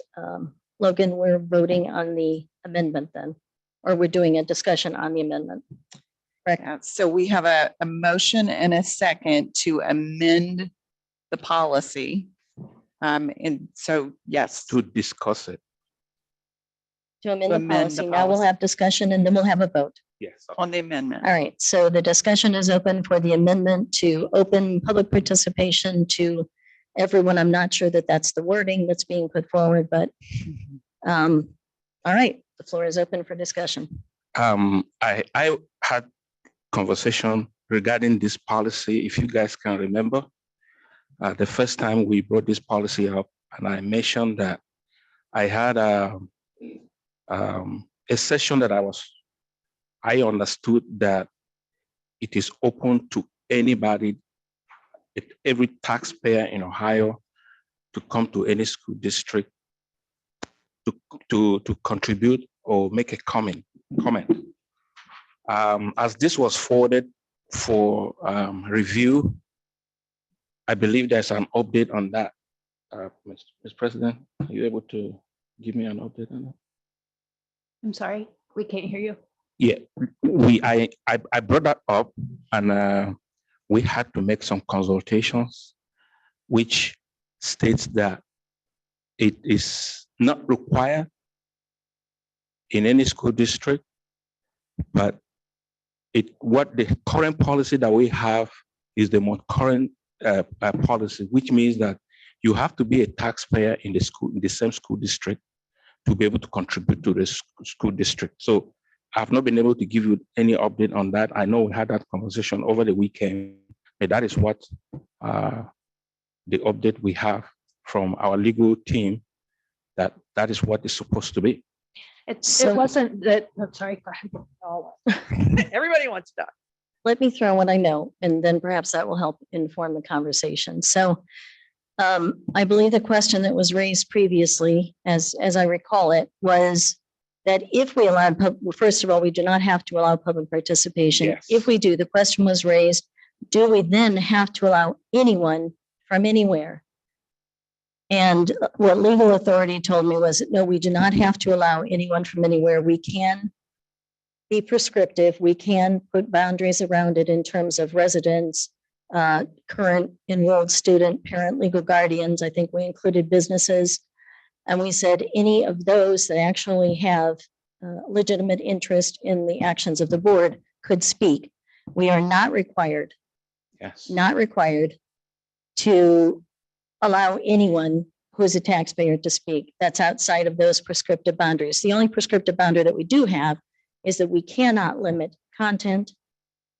We need to be very careful to honor free speech. So we are not required, and I think that was the amendment that you were questioning, Yes. Mr. Adi. So legal authority has said, no, we do not have to allow that.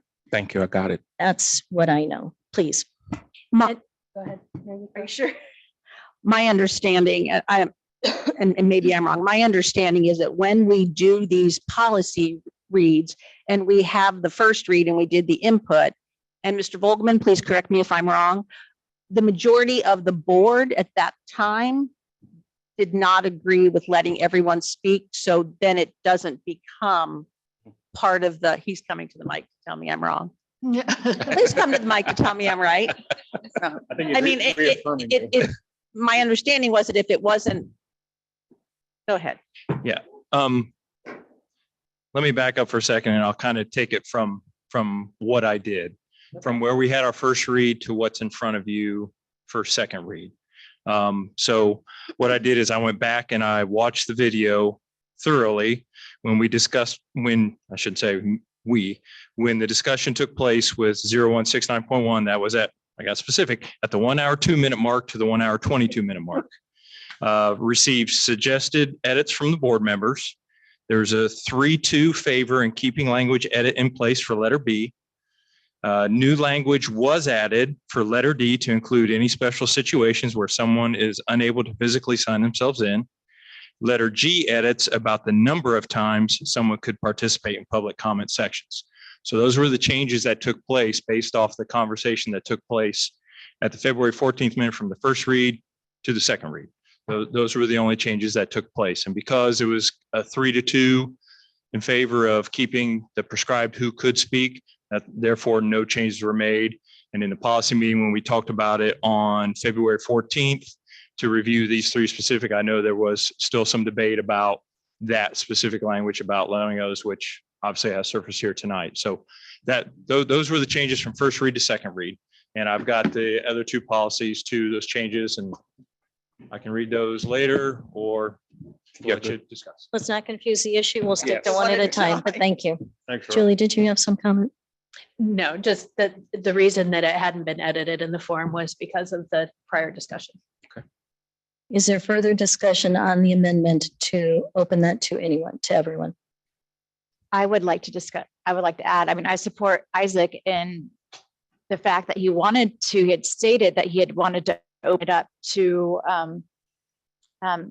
anyone who, because that we take federal tax dollars. So I would think that we would be liable for a suit for someone who wants to speak and we do not allow them because we do receive federal tax dollars, that it opens it up to a suit. No. And I would be cautious of that. So let me clarify something that when I brought that up, I said I was going to go and do more research. And I promised, if you guys remember, promised that I was going to bring back a reference. I couldn't find one. So that is why I'm saying that we had to consult our legal, attorney, and it came out that it was wrong. I didn't get it right. So I agree that it wasn't right. So we go back to what our attorneys advise and go back to the policy as it is. Can you send me that documentation that you received that it said we were wrong? No, I didn't get any documentation. Oh. I was going to find that. I couldn't find the reference. So if I'm going to insist on something I don't have the reference, I think I'm not going to be right. Right. Then I would like to make a motion to amend the resolution. Unless I So- can add on top of that. I believe we have to vote on the original motion to amend. So let's finish discussion on that. But I have new language, but for the same thing. I think She that would still, can move to amend the amendment. So move to amend the amendment. is there a second? But I'm sorry, what are we amending? So right now, the way I'm understanding is the amendment is to Amend. the language. basically B says anyone.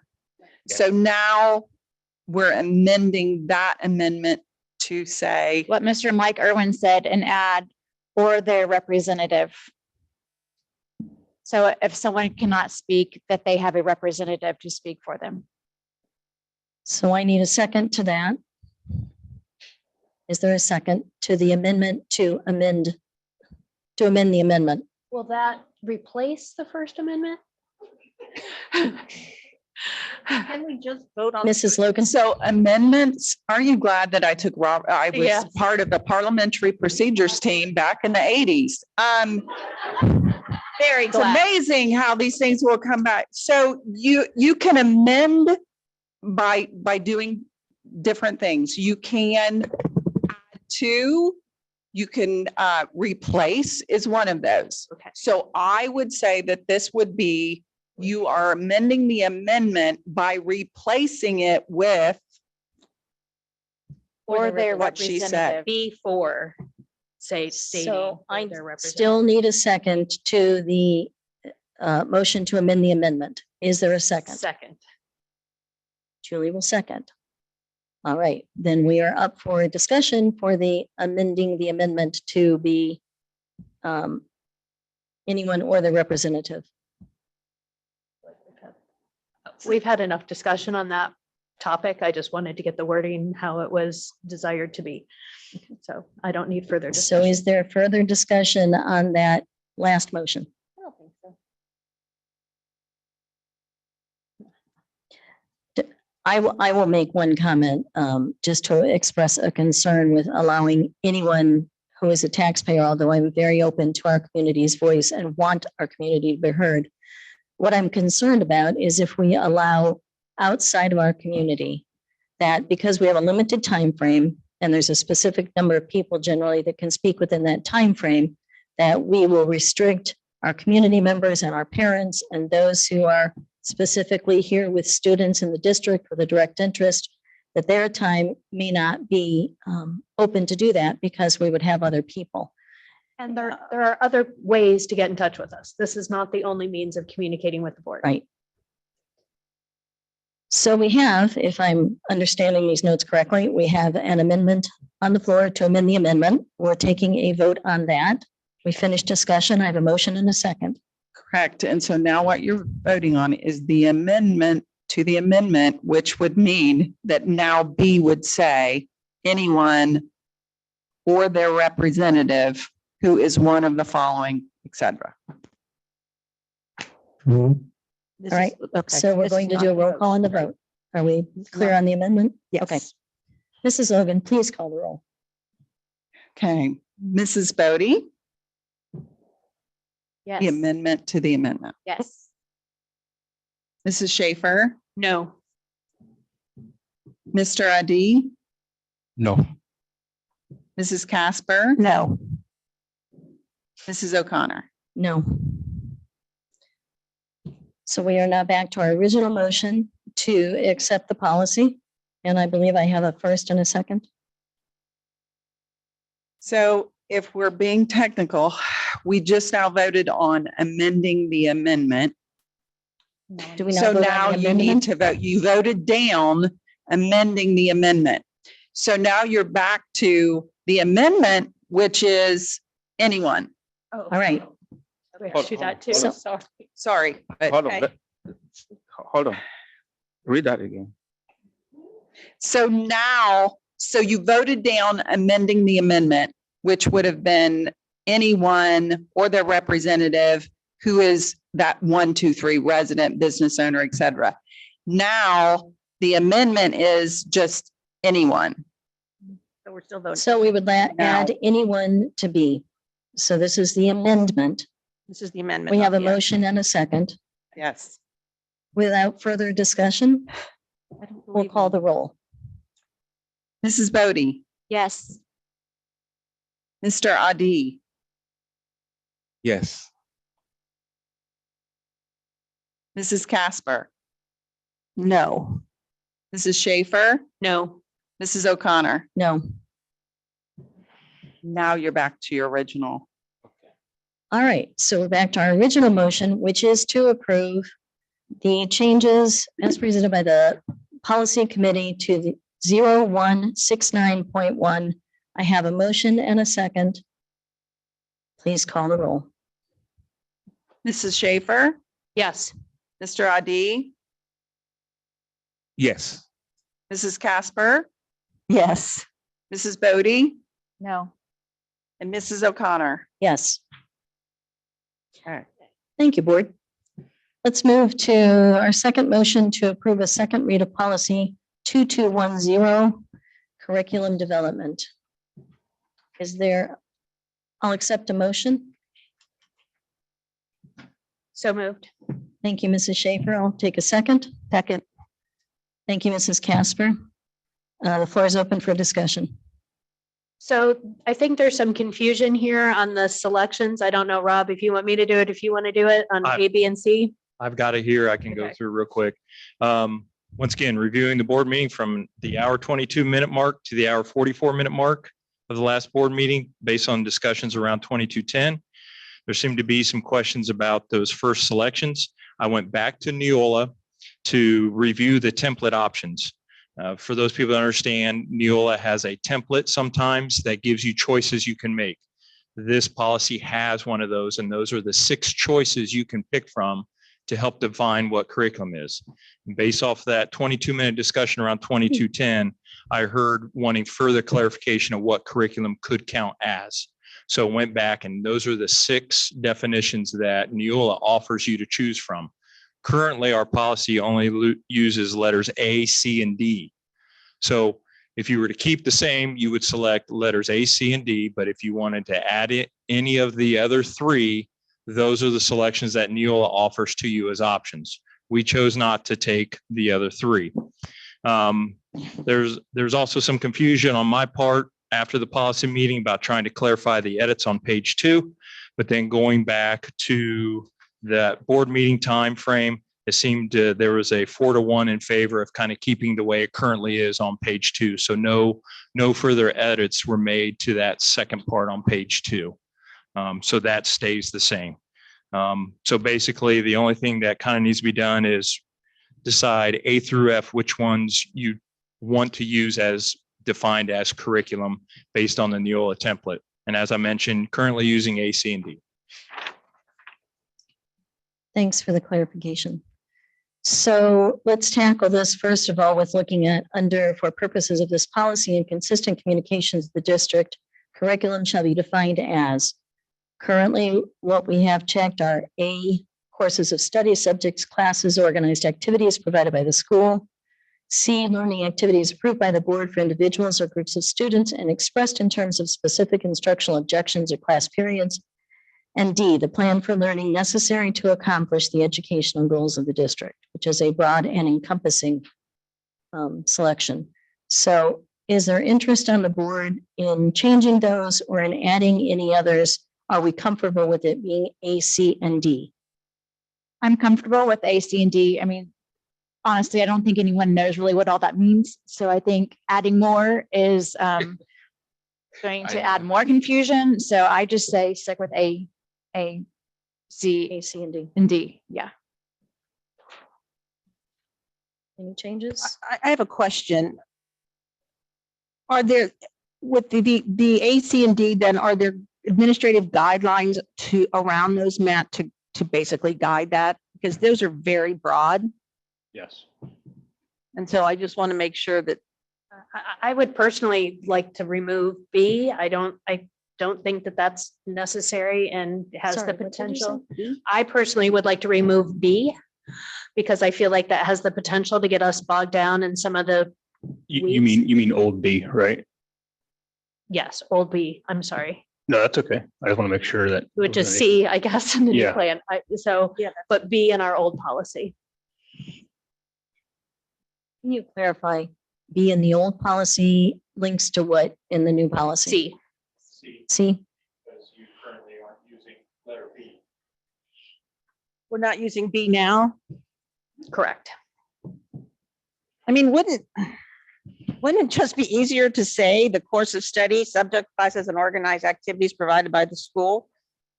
I mean, isn't that pretty all encompassing? I would be comfortable with A and D. I would also be comfortable, I think, with A and D. That's the old. Well, D is. I mean, what is the plan for learning necessary to, I mean, what is that? Is that, are we approving all of the lesson plans for all of the staff? Because That's not what it would mean to me. that's not what I see.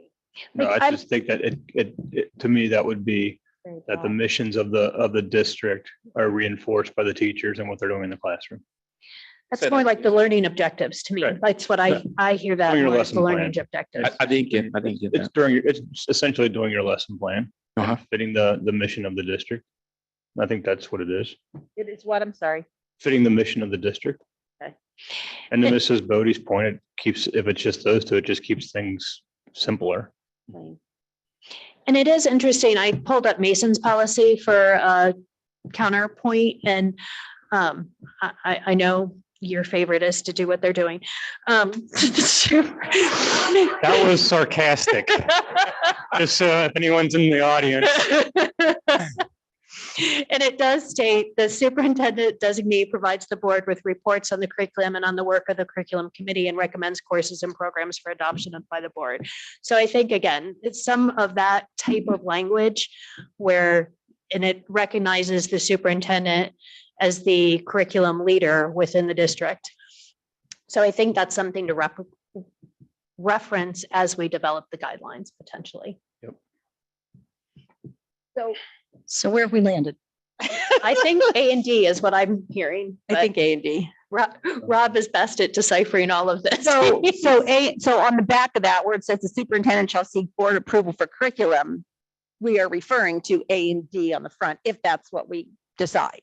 All right. It's like me saying that 3 times.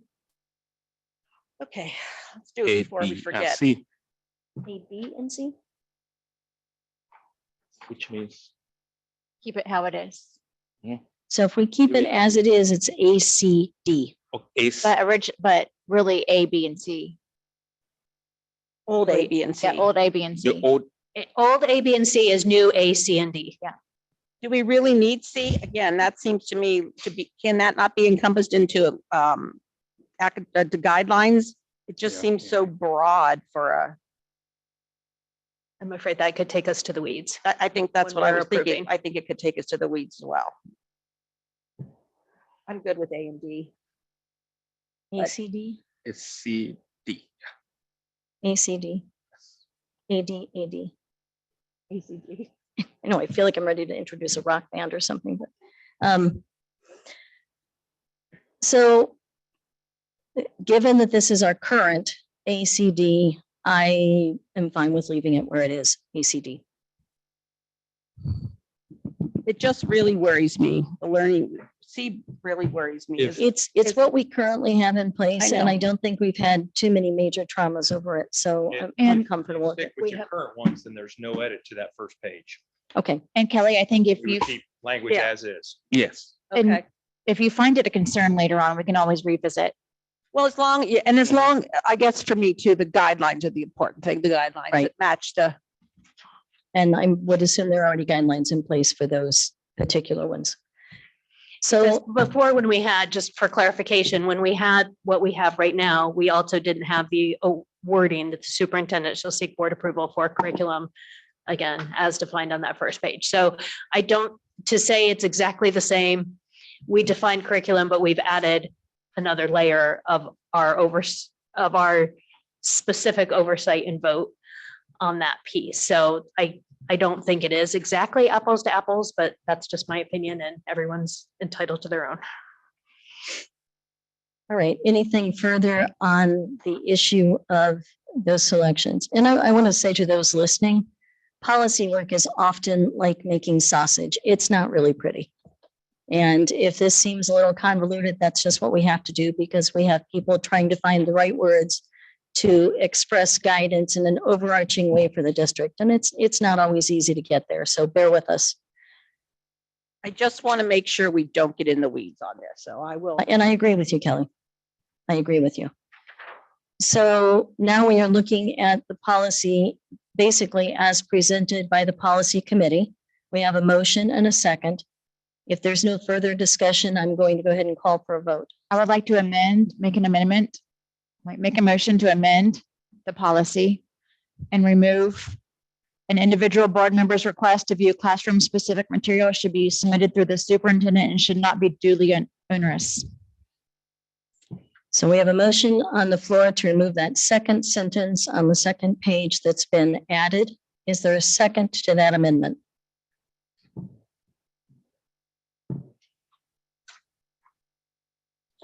Hearing no second, the motion fails. So we're going back to the motion to approve. I have a motion and a second. Is there further discussion? I would like to read something that I wrote. Okay. In this environment of uncertainty as to what is being taught in the classroom and mistrust because of the conflicting positions between the administration and parents regarding the existence of CRT in our schools, meaning parents are seeing it, the administration is saying it does not exist. There are three things that should be obvious to everyone. Number one, we need to define critical race theory. Everyone needs to have the same understanding of the subject or we just keep talking past each other. To this end, it seems obvious and imperative that the head of administration, Matt Miller, our superintendent, submit in writing his definition of critical race theory or stop saying it's not being taught. Number two, demand that the administration step aside and remove themselves from the process of determining where and how CRT is coming into our schools because the administration is part of the conflict. They should absolutely not be in charge of resolving the issue. They are part of the dispute. This makes no sense. And number three, this is not the time to restrict access. It only breeds more mistrust. Individual board members should be regularly making spontaneous visits to the classroom, observing the environment, learning the culture, and absolutely retaining and any instructional materials. Thank you. So I have a- go ahead. Yeah, does that relate to this policy? Because I think the last phrase on this policy is confusing. Can you put more light on that? Because So that is I don't where- believe this refers to visits to classrooms. What it Yes. does refer to is asking for instructional materials from any individual staff member or administrator, that those requests would go through the superintendent. We do already have a policy and it's 9150 regarding visits to classroom and specifically addresses board members and individual board members and their ability to visit the classroom. So thank in you essence, for what your you- point, but I'm not sure that that's relevant to this particular discussion. So in Is there essence, further there's di- a separate policy for that. This does not relate to that at all completely. Am I right? That's my understanding as Yeah. well. It's blocking access to the classroom. This Material, part- teaching materials. Materials. It's specifically talking about instructional materials, which all board members have a right to view. Mhm. And it's simply to make that request through the superintendent You to get it. review those materials. But why would we want to go through the superintendent when there's a conflict of interest between the parents and the community? you would want to remove the conflict so there's clear access. Because he is our instructional He's the leader, head of and our- if we have a problem with his performance, then that's a performance issue, which I don't believe we have. And I don't believe that a majority of the board at this point has, or we would be taking action in that regard. So he is going to continue in his role as the instructional leader of the district.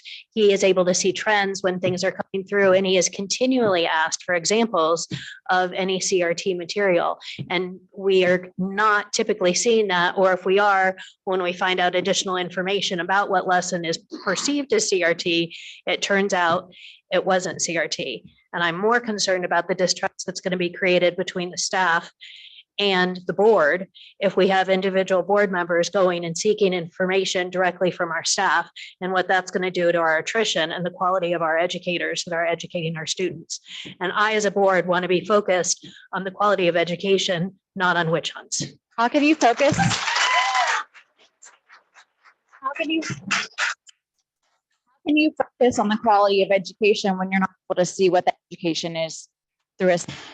And also, I simply am going to request them from Mr. Miller, who is doing an excellent job as our superintendent and providing that instruction, providing that leadership. Folks, Order. please hold the applause, please.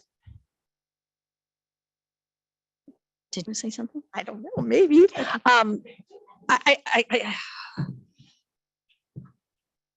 I don't understand where the conflict, Mrs. Bodie, that you continue to say is between Mr. Miller and the distrust of the community. I haven't heard, as a board, if there's an issue with the community distrusting the superintendent, then they should be coming to us. And I haven't heard or seen anybody coming to us and saying that we distrust the superintendent. I think that there is, again, I believe I heard you say, Mrs. Bodie, in a policy meeting that CRT is so minute, you can't even find it. So on one hand, you're saying that, and on the other hand, you're saying that it's out there and that we're teaching it. And then Mr. Miller, my perception, and correct me if I'm wrong, that Mr. Miller is hiding that we're teaching it. And well, number one, you misquoted me. I never said it was so minute. We cannot I would find have to it. go back and watch, but Okay. One at a time, please. And then also, how can we just say that it's not in the school district when we haven't even defined it? So do you know what critical race theory is? I would like to hear your example of what it is before we even say that it's not in the school system. All right, I'm going to take Okay. Mr. I Aday's want- comment, and then I'd like it to bring us back to the actual policy that we're discussing. Yes, I want to because make a that's not comment part on of it. that. Sitting here right now, I am 100% against CRT. And I believe that the definition is difficult for everybody. Everybody have different definition of CRT. But how do I know, or what is my definition of CRT is, if you are a teacher, you're teaching your kids activism, you're teaching them to look at the United States of America as an enemy, and you're teaching, you're acknowledging people that disrespect the flag, disrespect the national anthem. All these are combined to me as CRT. I don't know what your own definition is, but now to narrow it back to the discussion, I know I have several times, I've never been to a classes, I've never visited. I know there was a time we had an opportunity to visit the classes. I didn't attend, but I've had a lot of concerns from families that I have brought to Mr. Miller. We have reviewed them and we have gone through all that. My take is every parent should be encouraged to look at what their kids are bringing home as homework, look through the things that are being taught. If you have any problem with that, the board members are here. You can come straight to the superintendent if you want to, or you can bring it to the board. We will look into it. And Mr. Miller, I believe that on several occasions you've told me, if you find anything, bring it to me. I think it is obstructional. I mean, it's an obstruction to go straight and interrupt with what the teachers are teaching. If there is an issue, you will find it. The parents should pay attention. The students should come home with whatever concern they have, so that the parents, the parents can forward it to the board or to the superintendent or to the principal, to the superintendent. So I don't think it is our responsibility to go to the classes and begin to interrupt the sessions to see what the teachers are teaching. If you are a teacher, you are teaching what is not authorized, just know it that it's going to come out. And when it comes out, we're going to ask you, where are you getting this material from? So if it is hidden in the curriculum, then show us where it is in the curriculum so that we can find out, is it there in the curriculum, and either Mr. Miller knows and is hiding it, or he doesn't know. That helps us to figure out why some teachers are doing this. But I believe it's not every teacher that is doing it. Some selected teachers are teaching materials that are not in the curriculum. So that is where I stand for. And I believe that it's simple. We are beating around definition of CRT. It's a communist. The impact of CRT is this: if we are teaching our kids to disrespect the country, in next 15 years, 20 years, we're going to have kids that will not enroll. What makes America great is our military strength. If our kids are not loyal to the country, we're not going to have people enrolled in the military. We don't have Air Force. We don't have Army. We don't have naval officers. So we should focus on making sure that our children know how great this country is. I'm one of those that benefit from this country. I came from a country where there are no opportunities.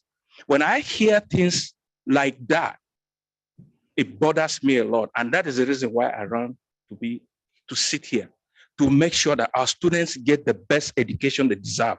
Let's focus on educating them than running around issues that is not relevant to their education. It's affecting them. That's my stand. So on top of that, how can we do our best job when we're not in the classroom? It is our responsibility to walk the schools and find out what is being taught and to see the environment. And as far as definition of critical race theory, there is only one definition of critical race theory, and you can read the author's definition of critical race theory, but there are different levels of understanding of critical race theory. And I think everyone needs to find out more about critical race theory and look deeper into the meaning of it, because if you really looked into it and studied it and understood it, you would realize that it's bad for our children. It is bad for the community. It's bad for the future of America. I'll get off my soapbox. But the policy this policy is the antithesis of transparency. And, I will follow the policy. And I will I will let people know if I'm visiting the school. I will send out an email and let them know. But that's the most that I can do, because anything else defeats the whole purpose. But it is our responsibility as a board to know what is being taught in our classroom, to recognize the environment, and to be observant. Does a general not walk his ranks to see how his army? I'm not comparing us to a general, but the board is responsible, right? So is a general for his army. So it is our job to make sure everything is going well. Thank you. I'm holding. Did you need to say something? All right. I do want to know, and we have gone far afield from this particular policy. And I would suggest, Mrs. Bodie, and understandable, there's a tremendous amount of passion up here on this topic, and there should be. We should care about this. I would suggest a separate policy addressing CRT if that is what you think is important. Please, it's very important. So I'm going to ask that we come back to this topic. And I do want to note, we've talked a lot about parents having concerns with curriculum. There should be a way to address that. And the district did set in place on the website, Lakota Listens. That is expressly for that purpose. If you get an assignment that you don't like, go to that website, contact the superintendent, contact your principal, contact your teacher, get information about it, and share that information back to those who are in authority, starting at your building level. If you're not happy with it, you need to let the people that are doing the teaching and through that chain of command know what's going on. You also are free to contact the board and email us about what your concerns are so that we can follow up on it. This is again, recognizing what's already in Ohio Revised Code, what's already the practice of the board approval, and making sure that there's a process for specific board member requests about instructional materials, and just a process for how that needs to be done. So we have a motion and a second on the floor, barring any further discussion. Mrs. Logan, would you call the roll? Mrs. Schaefer, No. Mrs. Casper, No. Mr. Adi, Yes. Mrs. Bodie, Yes. Mrs. O'Connor. Yes.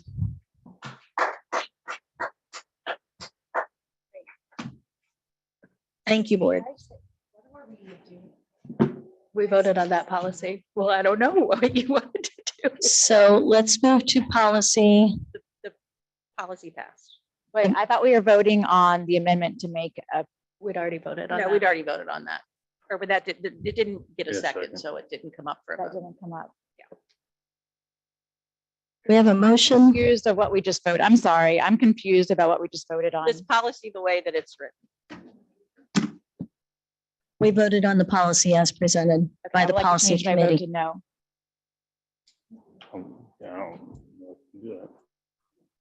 I move to revote. I make a motion to revote on policy 84.5.01. Oh, how you gonna do this? Is there a second? This is outside of my expertise. I think I don't know. Is there a second to the motion to revote? Seeing none, the motion fails. We will move on to motion C. I'm sorry, agenda item C under board action items is the motion to approve the second read of policy 8450.01 protective facial coverings during pandemic and epidemic events. I make a motion for that. Thank you, Mr. Adi. Is there a second? Second. Thank you, Mrs. Schaefer. I want to make a motion to make an submit an amendment. Okay, I have a motion and a second for this policy, and Mr. Adi would like to make a motion to amend. Shocking. Is there a second to Mr. Adi's motion to amend? What is the We don't know what amendment? the motion is. So how? Would you like to Okay. share that? Oh, God. No, they highlighted. Oh, thank you. I do. The highlighted is my amendment. I have is there 2 pages? No, one page. Well, these are different. Each. I don't think that's, this Oh. is not the same thing. Okay. I'm sorry. I don't know. It looks like there's 2 pages. I don't know. It's this. Okay, so not that. It's those two. That's an extra. I don't know what that is, but that's not it. Oh, yeah. Sorry. Would you like to read that out loud? Yes. So this is the amendment I want to add to this policy. As of March 28, 2022, the Board of Education does not mandate wearing facial coverings. Parents and legal guardians may make that determination for their students. So I have a motion to amend. Is there a second? Second. Thank you, Mrs. Bodie. We are now discussing the motion to amend to include the statement that Mr. Adi just read. Discussion? What, we don't currently have a mask mandate, so I guess. I would read this as saying exactly what we're doing now. It just Well, captures in See, policy. and I would read that as we're no longer going to follow the health department's, I can never get it right, stay to play, play to, mask to stay, stay to play. Yeah, I just a clarifying question, and I'm not trying to, I'm just asking.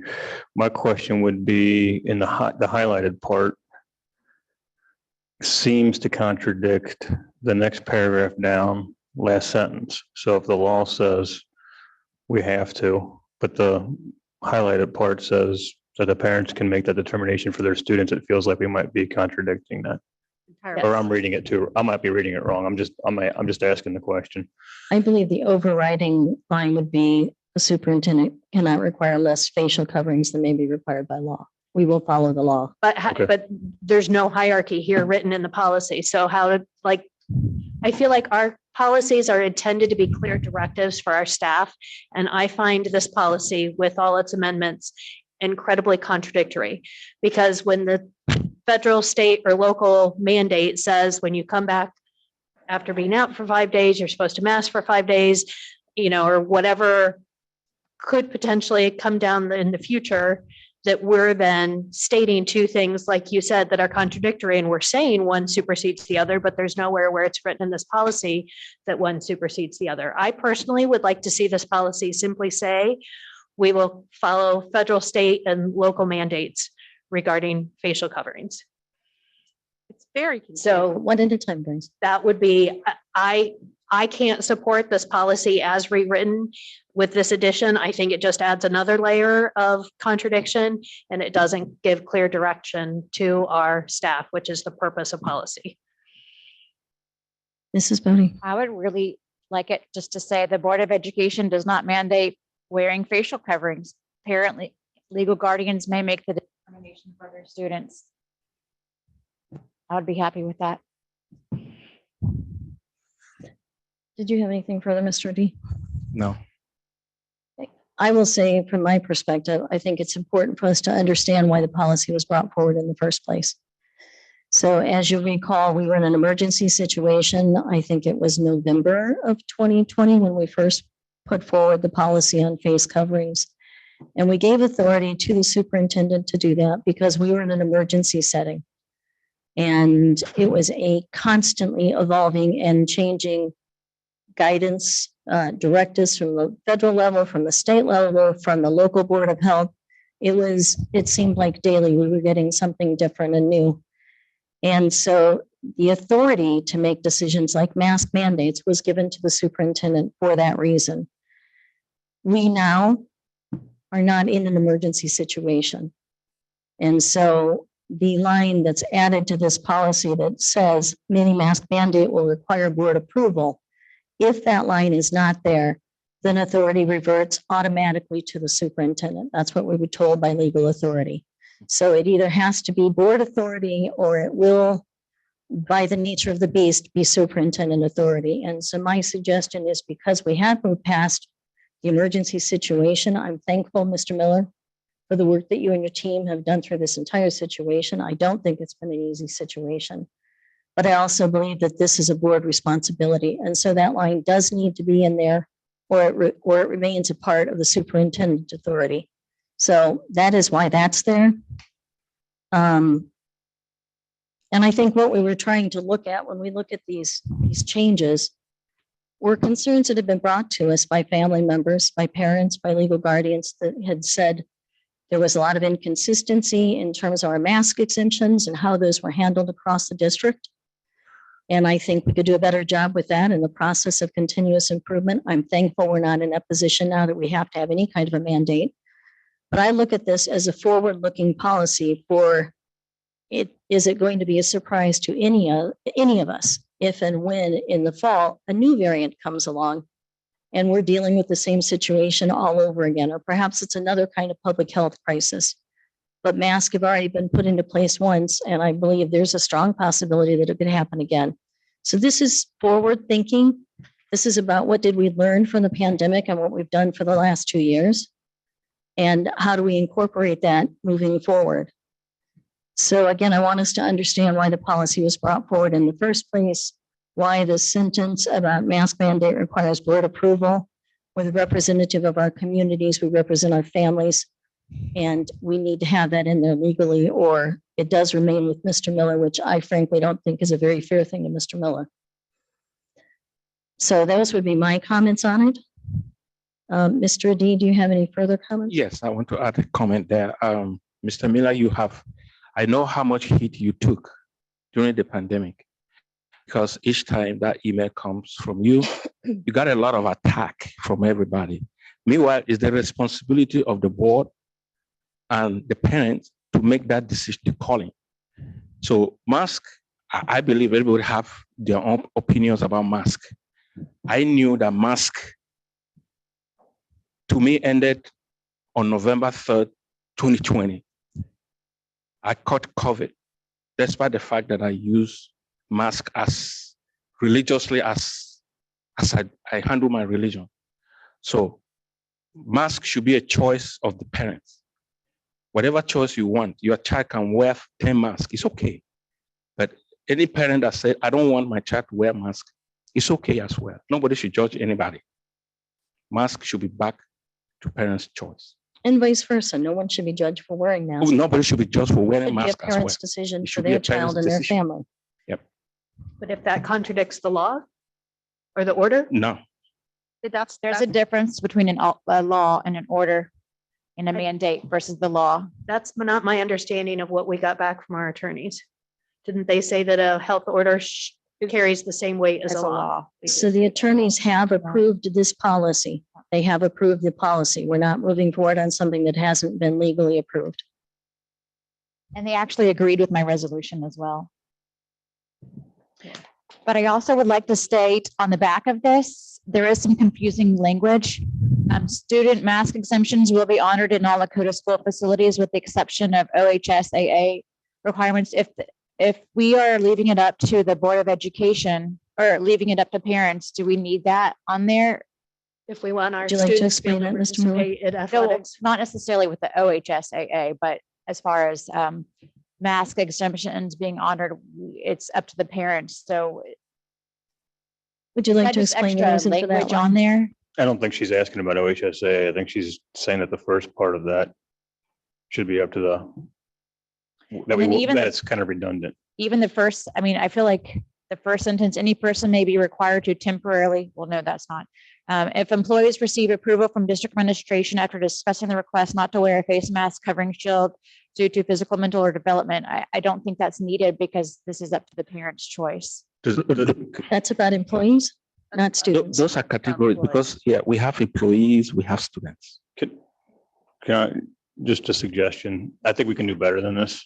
It just feels like we're trying to make people, everyone's trying to make people happy all over it. I just feel like we can make this maybe more streamlined. I'm sort of capturing what you're saying. I I just think think maybe it's if we really- table it for a month. I really think it's just confusing. I think it contradicts itself in a couple of places. I mean, what are you And going to do again, about this? the legal language to a large extent came from attorneys for what needed to be in there. Yep. Maybe it's just too much then. Maybe there's something simpler. Again, if we're giving the parent in Mr. Adie's amendment, the right to decide if their child wears a mask, my understanding, let's just use the mask, just whatever that thing is, the plate of that mask thing. Does that mean that your son plays football and he's supposed to come back and wear a mask for 5 days and he doesn't because that's up to the parent? Well, he can't play football, correct? Correct. So what do you do in that case? So that's where my resolution would come back and make it so that we are the previous pandemic policy. And that would take care of basically all of that. And it would take, and everything that we have been going since March of 2020, all of those policies or suggestions from the Department of Health, recommendations, those are free to the parents to take and follow themselves, but we will not be mandating any facial coverings. We will not be mandating any quarantines. Because I think right now at this point in time, I think we are back to basically it being similar to the flu. And I think that our parents should have the choice to make what is best for their and for their students. So I agree with this update. I think maybe just take off the rest of that language and update our policies to pre-COVID.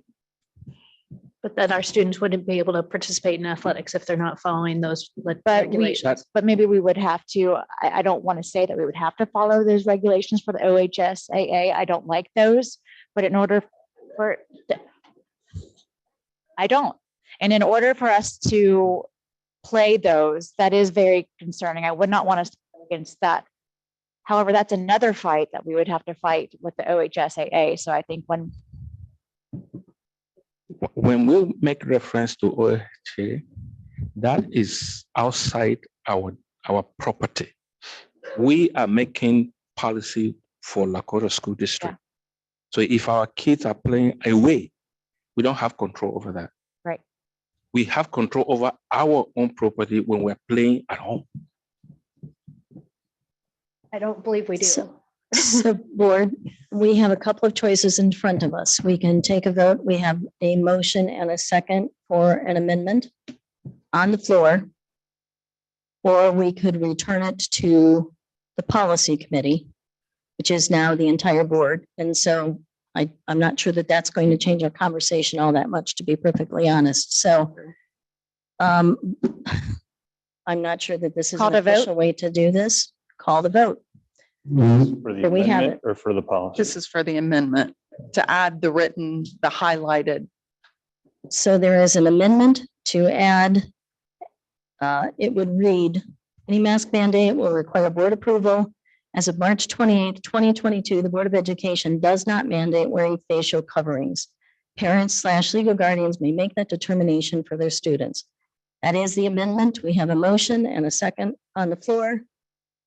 Without further discussion, please call the roll. Mr. Adi, Yes. Mrs. Bodie, Yes. Mrs. Casper, No. Mrs. Schaefer, No. Mrs. O'Connor. Yes.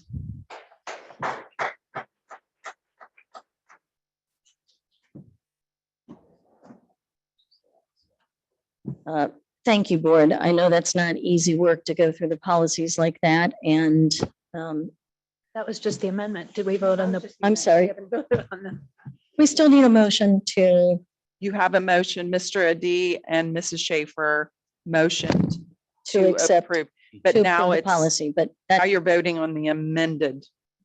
okay, we are voting on the amended policy. There's a motion and a second. Please call the roll. Mr. Adi, Yes. Mrs. Casper, No. Mrs. Bodie, Yes. Mrs. Schaefer, No. Mrs. O'Connor. Yes. Thank you, board, and thank you for the frank discussion. Clearly, there was a lot of passion and interest in these topics that we talked about tonight. I know they've taken up a couple of months of time and appreciate everyone's thoughts. And you mentioned that about policy, but you haven't told the community what you've decided on policy committee. I think we'll wait until the end if you don't mind. Okay, let's go ahead and move through our agenda. We are at item 13, treasurer's recommendations, action items.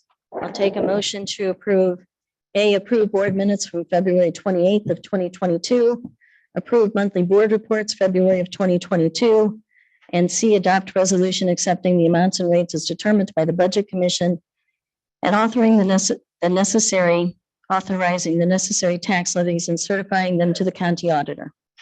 Do I have a motion? So moved. Thank you, Mrs. Schaefer. Do I have a second? Second. Thank you. Is there discussion? Seeing none, please call the roll. Mrs. Schaefer, Yes. Mrs. Bodie, Yes. Mr. Adi, Yes. Mrs. Casper, Yes. Mrs. O'Connor. Yes. We move to item 14, superintendent's recommendations, action items. A, approve personnel items. B, resolution authorizing the superintendent to make the determination of impracticability, March 2022. C, approve the base bid and alternates 2, 4, and 6 from NIRA Construction for pavement rehabilitation projects district-wide. The base bid is $764,000. The alternate bids are $99,500. And D, authorizing membership in the Ohio Purchasing Council of Governments. E, approve donations. Do I have a motion? So moved. Second. Thank you, Mrs. Schaefer, and I'll take Mr. Bodie. I'm sorry, Mr. Adi. Is there discussion? Are we voting just on A? A through E. A through E. Okay. But if you have a question, this is the appropriate time. Yes, as far as the Lakota School District, hold on. The Ohio Revised Code to declare student transportation and practical. Mhm. Can you elaborate on that a little bit? Sure. sometimes, I guess one of the easy examples would be that we provide busing services, not just for our students, but for students that live in Lakota's district, but attend school elsewhere outside district boundaries, often like a parochial school or a high school. We have found this year in some cases, and it's not a lot, but in some cases, we are sending a full bus outside of the district to pick up students that are not getting on the bus. So we're sending a bus that's coming back empty. So with our driver shortage issue, sometimes it's just not practical to transport all students. And sometimes it's based on ridership, sometimes it's based on distance. And so we do this from time to time as a normal part of our practice. And we actually do this at least once a year, don't we? Correct. And it costs the Or if district something less comes up. money to pay Right. these alternatives. So the when they parents are provide the compensated transportation. for transportation. I really feel that this is this is a pretty serious thing to do, to refuse someone a ride to school. So we're basically going down a list and refusing rides to school. You want me to send a bus to pick up nobody and come back? Not our schools. Is there someone explain to me why someone is not there. Because they're playing sports or they're getting a ride with their friend or they're sick that day or. But what about the times that they need the bus ride? Again, it's not practical to send a bus somewhere for either no riders or 2 or 3 riders or something like that. They're getting compensated for doing that, or they're making other arrangements when that happens. It's just not very good financial practice to do that and this is not a lot of people. And it's not in our schools. It's to parochial or private schools. It's not like we're not taking a kid to. We're talking long distance. Right. Yeah. We're talking driving them. So give me an example. I'm sorry. I'm having a hard time. wrapping Somebody my head. goes to St. X and. St. X, yeah. It's a 35-minute ride sometimes. So they say they want transportation, they sign up for transportation, and then we go there to pick them up and they're not there So we're essentially reimbursing them to find a way to do that on their own.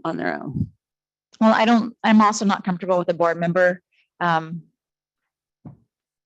who's responsible for the district to assign as much as a good job that you do and how hard that you work. I do not want to relinquish the board's authority to make this decision when it is our authority to make this decision.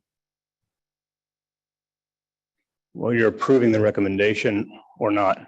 That would be your authority. I believe bringing it in front of the board is seeking board approval to do it. I don't think we're relinquishing anything. When the superintendent makes recommendations in a board meeting, they are up for us to discuss and make a determination. But the Board of Education is empowered by the Ohio Revised Code to declare student transportation impractical. But now we're handing it to the superintendent to make the determination that student transportation is impractical. Yes. The So we're superintendent, basically handing our power over to the superintendent. well, the superintendent brings forward a recommendation to the board. If we were giving him our power, it would not be here for us to be voting on and for us to have a discussion or approval on. So this is the process of board authority, either approving or not approving the superintendent's recommendation. And we certainly have the option to not approve it if we believe that's appropriate. So then I guess I'm confused on the process. So what, if we didn't approve this, would it change anything?